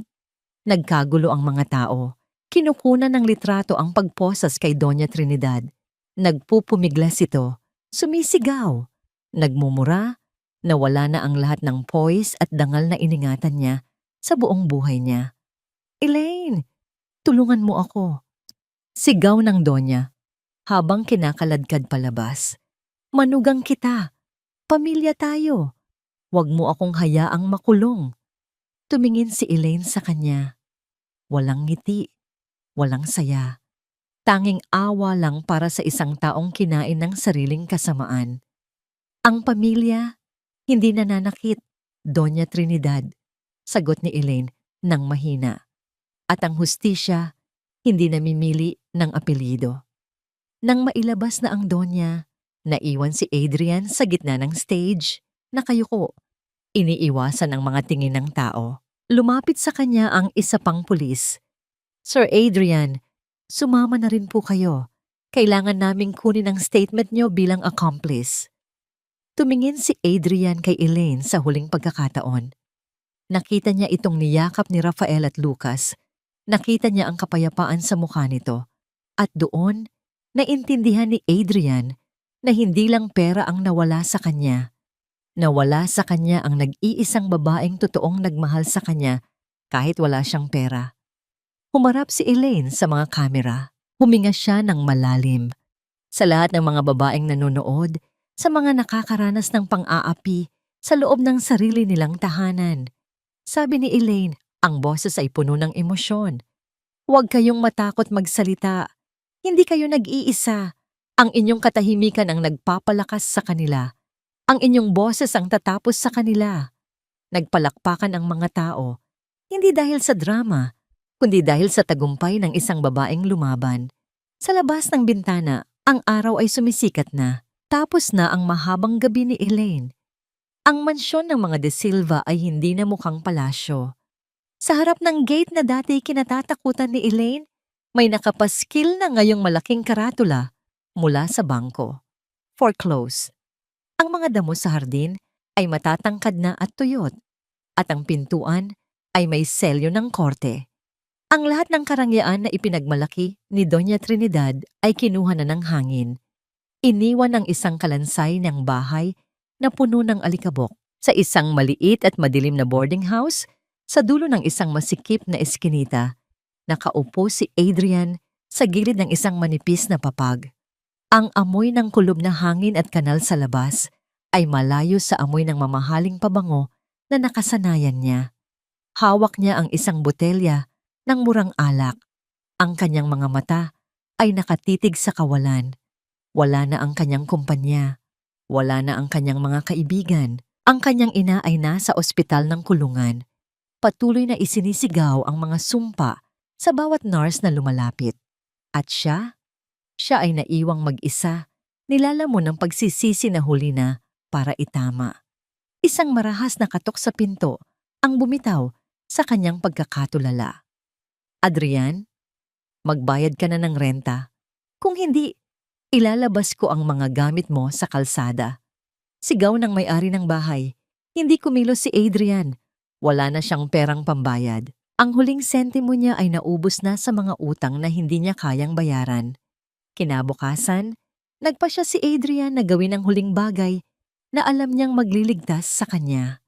Naglakad siya patungo sa Montemayor Estate. Pagod, marumi ang suot at gutom. Naniniwala siya na sa kabila ng lahat, ang pusong mamon ni Elaine ay hindi siya matitiis. Pag-ibig ang naging sandata niya noon at aasa siyang pag-ibig pa rin ang magliligtas sa kanya ngayon. Naghihintay siya sa labas ng gate ng mahigit 5 oras sa ilalim ng matirik na araw. Nang bumukas ang malaking gate upang lumabas ang sasakyan ni Rafael, humarang si Adrian. Agad na huminto ang sasakyan. Bumaba ang mga bodyguard, ngunit pinigilan sila ni Elaine. Dahan-dahang bumaba si Elaine mula sa likuran ng sasakyan. Nakasuot siya ng isang asul na dress na tila kulay ng dagat sa umaga. Ang kanyang balat ay kumikinang sa ilalim ng araw at ang kanyang mga mata ay wala ng bahid ng takot. Sa tabi niya ay nakatayo si Rafael na parang isang higanting pader na handang protektahan ang kapatid. "Elaine," tawag ni Adrian. Ang boses ay garalgal. Akma siyang lalapit, ngunit hinarangan siya ng mga bodyguard. Babe, patawarin mo ako. Alam kong nagkamali ako, pero pinilit lang ako ni Mami. Ikaw lang ang mahal ko, Elaine. Maawa ka sa akin. Wala na akong matuluyan. Para na rin kay Maya, buuin nating muli ang pamilya natin. Tinitigan siya ni Elaine. Matagal. Pinagmasdan niya ang lalaking dati sinamba niya. Nakita niya ang gusot nitong polo, ang nanginginig nitong mga kamay, at ang desperasyon sa mga mata nito. Ngunit sa loob ng puso ni Elaine, walang galit na sumiklab, walang puot. Ang naramdaman niya ay mas masakit pa sa galit, kawalan ng pakiramdam. Adrian, malumanay na sabi ni Elaine, ang boses ay payapa gaya ng hangin. Huwag mong gamitin ang anak ko para sa sarili mong kapakanan, na wala ang karapatan mong tawaging pamilya ang anak ko noong hinayaan mong saktan siya ng ina mo. Magbabago ako, pangako. Sigaw ni Adrian, lumuhod siya sa semento. Hindi inaalintana ang mga usisero. Gagawin ko ang lahat. Mamasukan ako bilang driver nyo. Maglilinis ako ng bahay nyo. Huwag mo lang akong iwan ng ganito. Lumapit si Elaine ng kaunti. Dinukot niya ang isang maliit na bagay mula sa kanyang bulsa. Isang gintong singsing, ang kanilang singsing sa kasal na binili nila sa isang maliit na sanglaan noong nagsisimula pa lang sila. Inilapag ni Elaine ang singsing sa palad ni Adrian. Ang singsing na ito ay simbolo ng pangako. Sabi ni Elaine, pinako mo ang bawat salitang binitawan mo. Ang Elaine na mahal mo ay matagal nang namatay sa loob ng bodega nyo. Ang Elaine na nasa harap mo ngayon ay hindi na asawa mo. Siya ay isang Montemayor na natutong mahalin ang sarili niya. Isinara ni Elaine ang palad ni Adrian sa singsing. Iwanan mo na ang mga abo ng kahapon, Adrian. Doon ka nababagay. Ang hustisya ay natapos na sa korte. Ang sa atin, natapos na noong tumalikod ka sa mall. Tumalikod si Elaine at dahan-dahang sumakay muli sa sasakyan. Elaine! Elaine! Huwag! Patawarin mo ako! Sigaw ni Adrian, pilit na humahabol sa umaandar na sasakyan hanggang sa madapa siya sa kalsada. Ang kanyang mga palad ay nagasgas sa magaspang na semento at ang singsing ay tumalbog at nahulog sa imbornal. Pinanood ni Elaine si Adrian mula sa side mirror hanggang sa maging maliit na tuldok na lamang ito sa kalayuan. Walang luhang pumatak sa kanyang mga mata. Sa halip, huminga siya ng malalim, isang hininga ng tunay na kalayaan. Sa loob ng sasakyan, hinawakan ni Rafael ang kamay ng kanyang kapatid. Ayos ka lang ba, bunso? Ngumiti si Elaine, isang nangiting abot hanggang sa kanyang mga mata. Ayos lang ako, kuya. Sa wakas, malaya na ako. Pagdating nila sa mansyon ng mga Montemayor, sinalubong sila ni Maya na tumatakbo sa hardin. Yakap-yakap ng bata ang kanyang bagong manika at ang kanyang binti ay wala na ang mga pasa. Tanging maliliit na peklat na lamang na magpapaalala ng kanyang katapangan. Mama, Kuya Raf, tingnan niyo po, ang ganda ng bulaklak. Sigaw ni Maya, ipinapakita ang isang dilaw na mirasol o sunflower. Binuhat ni Elaine ang anak at hinalikan ito sa noo. Ang bango ng bata ay sapat na upang burahin ang lahat ng amoy ng luma at madilim na kahapon. Sa isang sulok ng hardin, nakatayo ang isang maliit na gazebo. Doon, nakahanda ang merienda na niluto ni Manang Rosa na ngayon ay kinuha na ni Elaine bilang head housekeeper ng mga Montemayor upang bigyan ng maayos na buhay at proteksyon. Salamat, Manang, sabi ni Elaine habang inaabot ang tsa. Wala yon, Hija. Ngiti ng matanda. Karapat-dapat ka sa bawat sandali ng katahimikang ito. Habang lumulubog ang araw, nagkulay kahel at lila ang langit. Tumingala si Elaine sa itaas.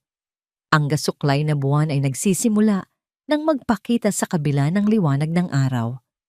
Hinawakan niya ang palawit ng kanyang kwintas. Hindi na siya nag-iisa. Ang mga tanging tinitira niya sa kanyang buhay ay ang mga taong tunay na nagmamahal sa kanya. Ang mga De Silva ay naging bahagi na lamang ng isang masamang panaginip na unti-unti nang naglalaho sa pagsikat ng bagong umaga. 3 taon ang mabilis na lumipas, gaya ng agos ng ilog na pilit na hinuhugasan ang mga bakas ng nakaraan. Sa gitna ng isang malawak na hardin sa loob ng Montemayor Estate, isang marangyang ngunit simpleng pagtitipon ang nagaganap. Ang paligid ay puno ng mga puting bulaklak at mga bata na masayang nagtatakbuhan. Ito ang pagdiriwang ng 3 anibersaryo ng Elena Montemayor Foundation, isang organisasyong itinatag ni Elaine upang magbigay ng legal na tulong at kanlungan para sa mga kababaihang biktima ng karahasan sa tahanan. Nakatayo si Elaine sa may beranda, pinapanood ang mga panauhin. Hindi na siya ang babaeng may takot sa mga mata at may mga pasa sa braso. Nakasuot siya ng isang eleganteng cream-colored na gown. Ang kanyang buhok ay maayos na nakapusod at ang kanyang tindig ay puno ng tiwala sa sarili. Ang bawat ngiti niya ngayon ay totoo, hindi na pilit at abot hanggang sa kanyang mga mata na dati laging basa ng luha. "Mama, tingnan niyo po ang drawing ko." Tumakbo patungo sa kanya si Maya. 8 taong gulang na ang bata, matangkad, at may malusog na kulay ng balat. Ipinakita niya ang isang drawing ng 4 na malalaking tao at isang maliit na bata na magkakahawak kamay sa ilalim ng isang malaking puno. "Ang ganda naman nito, anak," sabi ni Elaine, hinaplos ang buhok ni Maya. "Sino-sino ang mga ito?" "Kayo po ito, Mama. Tapos si Tito Rafael, Tito Lucas, at Tito Mateo," paliwanag ni Maya nang may malawak na ngiti. "Sabi po kasi ni Tito Raf, tayo ang magkakampi forever." Lumapit ang 3 magkakapatid na Montemayor. Si Rafael, na nananatiling haligi ng katatagan. Si Lucas, na nahanap ang kanyang lambot sa pagiging tito. At si Mateo, na laging handang makipaglaro kay Maya. "Handa na ang lahat sa loob, Elena," sabi ni Rafael. Ang boses ay puno ng pagmamalaki. "Ang lahat ay naghihintay sa iyong talumpati." "Salamat, kuya," sagot ni Elaine. "Mat sa lahat." Bago pumasok sa loob, sandaling tumingin si Elaine sa malayo. Tila tinatanaw ang mundong iniwan niya. Sa loob ng nakalipas na 3 taon, ang katarungan ay dahan-dahang naisakatuparan. Si Doña Trinidad ay nananatili sa loob ng piitan. Hindi dahil sa kawalan ng pera, kundi dahil sa dami ng mga kasong napatunayan laban sa kanya. Ang kanyang tinig na dati naghahari sa mansyon, ngayon ay naririnig na lamang sa loob ng 4 na sulok ng malamig na rehas, kung saan wala nang nakikinig sa kanyang mga utos. Si Adrian naman ay naging isang anino ng nakaraan. Ayon sa balita, nagtatrabaho siya bilang isang hamak na kargador sa pantalan, namumuhay sa isang maliit na kwarto na kasing sikip ng bodega kung saan niya dating ikinulong si Elaine. Tuwing gabi, tinititigan niya ang mga pahayagan na naglalaman ng larawan ni Elaine, hindi upang mangarap na bumalik, kundi upang harapin ang katotohanang siya ang sumira sa sarili niyang kaligayahan. Napangiti si Elaine nang may halong lungkot. Tinanong niya ang kanyang sarili, "Napatawad ko na ba sila?" Ang sagot ay nahanap niya sa katahimikan ng kanyang puso. Napatawad na niya ang mga De Silva, hindi dahil naging mabuti sila, kundi dahil ayaw na niyang bitbitin ang bigat ng galit sa kanyang paglalakbay. Ang pagpapatawad ay hindi nangangahulugan ng pagbabalik. Ito ay nangangahulugan ng pagbitiw sa kadena na nag-uugnay sa kanya sa kanyang mga mang-aapi. Pumasok si Elaine sa loob ng ballroom. Ang lahat ay tumayo at nagpalakpakan. Lumapit siya sa podium. Ang bawat hakbang ay may kasiguraduhan. "Magandang gabi sa inyong lahat," panimula niya. Ang kanyang boses ay malinaw na umalingaw-ngaw sa buong silid. "Maraming nagtatanong sa akin kung paano ko nalampasan ang dilim ng aking nakaraan. Ang sagot ko ay simple lamang. Nahanap ko ang aking sarili sa gitna ng pagkawasak." Tumingin siya kay Maya na nakaupo sa harap. at sa kanyang mga kapatid na nakatayo sa gilid. Ang tunay na yaman ay hindi nasusukat sa ginto o sa apelyido. Pagpapatuloy ni Elaine, ito ay nasusukat sa dambana ng kapayapaan na itinatayo natin sa loob ng ating puso. Ang bawat sugat ay hindi simbolo ng kahihiyan, kundi tatak ng ating katapangan na muling bumangon. Habang nagsasalita si Elaine, ang gasuklay na buwan sa kanyang kwintas ay kumikinang sa ilalim ng mga ilaw. Hindi na ito isang simbolo ng pagiging ulila, kundi isang paalala na kahit sa gitna ng pinakamadilim na gabi, may liwanag na laging sisikat. Pagkatapos ng talumpati, lumabas muli si Elaine sa beranda. Ang hangin ng gabi ay malamig at sariwa. Naramdaman niya ang presensya ng kanyang kuya Rafael sa kanyang likuran. Tapos na ang lahat, Elena, bulong ni Rafael. Wala nang luluha pa. Umiling si Elaine ng bahagya at lumingon sa kanyang kapatid. May isang butil ng luhang dumaloy sa kanyang pisngi. Isang luha na kasing kintab ng diamante. Ito na ang huling luha, kuya, ngiti ni Elaine. At sa pagkakataong ito, hindi ito luha ng sakit. Ito ay luha ng pasasalamat dahil sa wakas, ako ay malaya na. At sa ilalim ng malawak na langit ng Maynila, ang kwento ni Elaine ay nagwakas. Hindi sa isang madugong paghihiganti, kundi sa isang payapang tagumpay. Ang dating manugang na inalipusta ay naging isang babaeng kinikilala, hindi dahil sa kanyang yaman, kundi dahil sa kanyang gilas, sa kanyang dangal, at sa kanyang pusong hindi kailanman sumuko. Ang bukang liwayway ay dumating na, at ang liwanag nito ay hinding-hindi na muling maglalaho.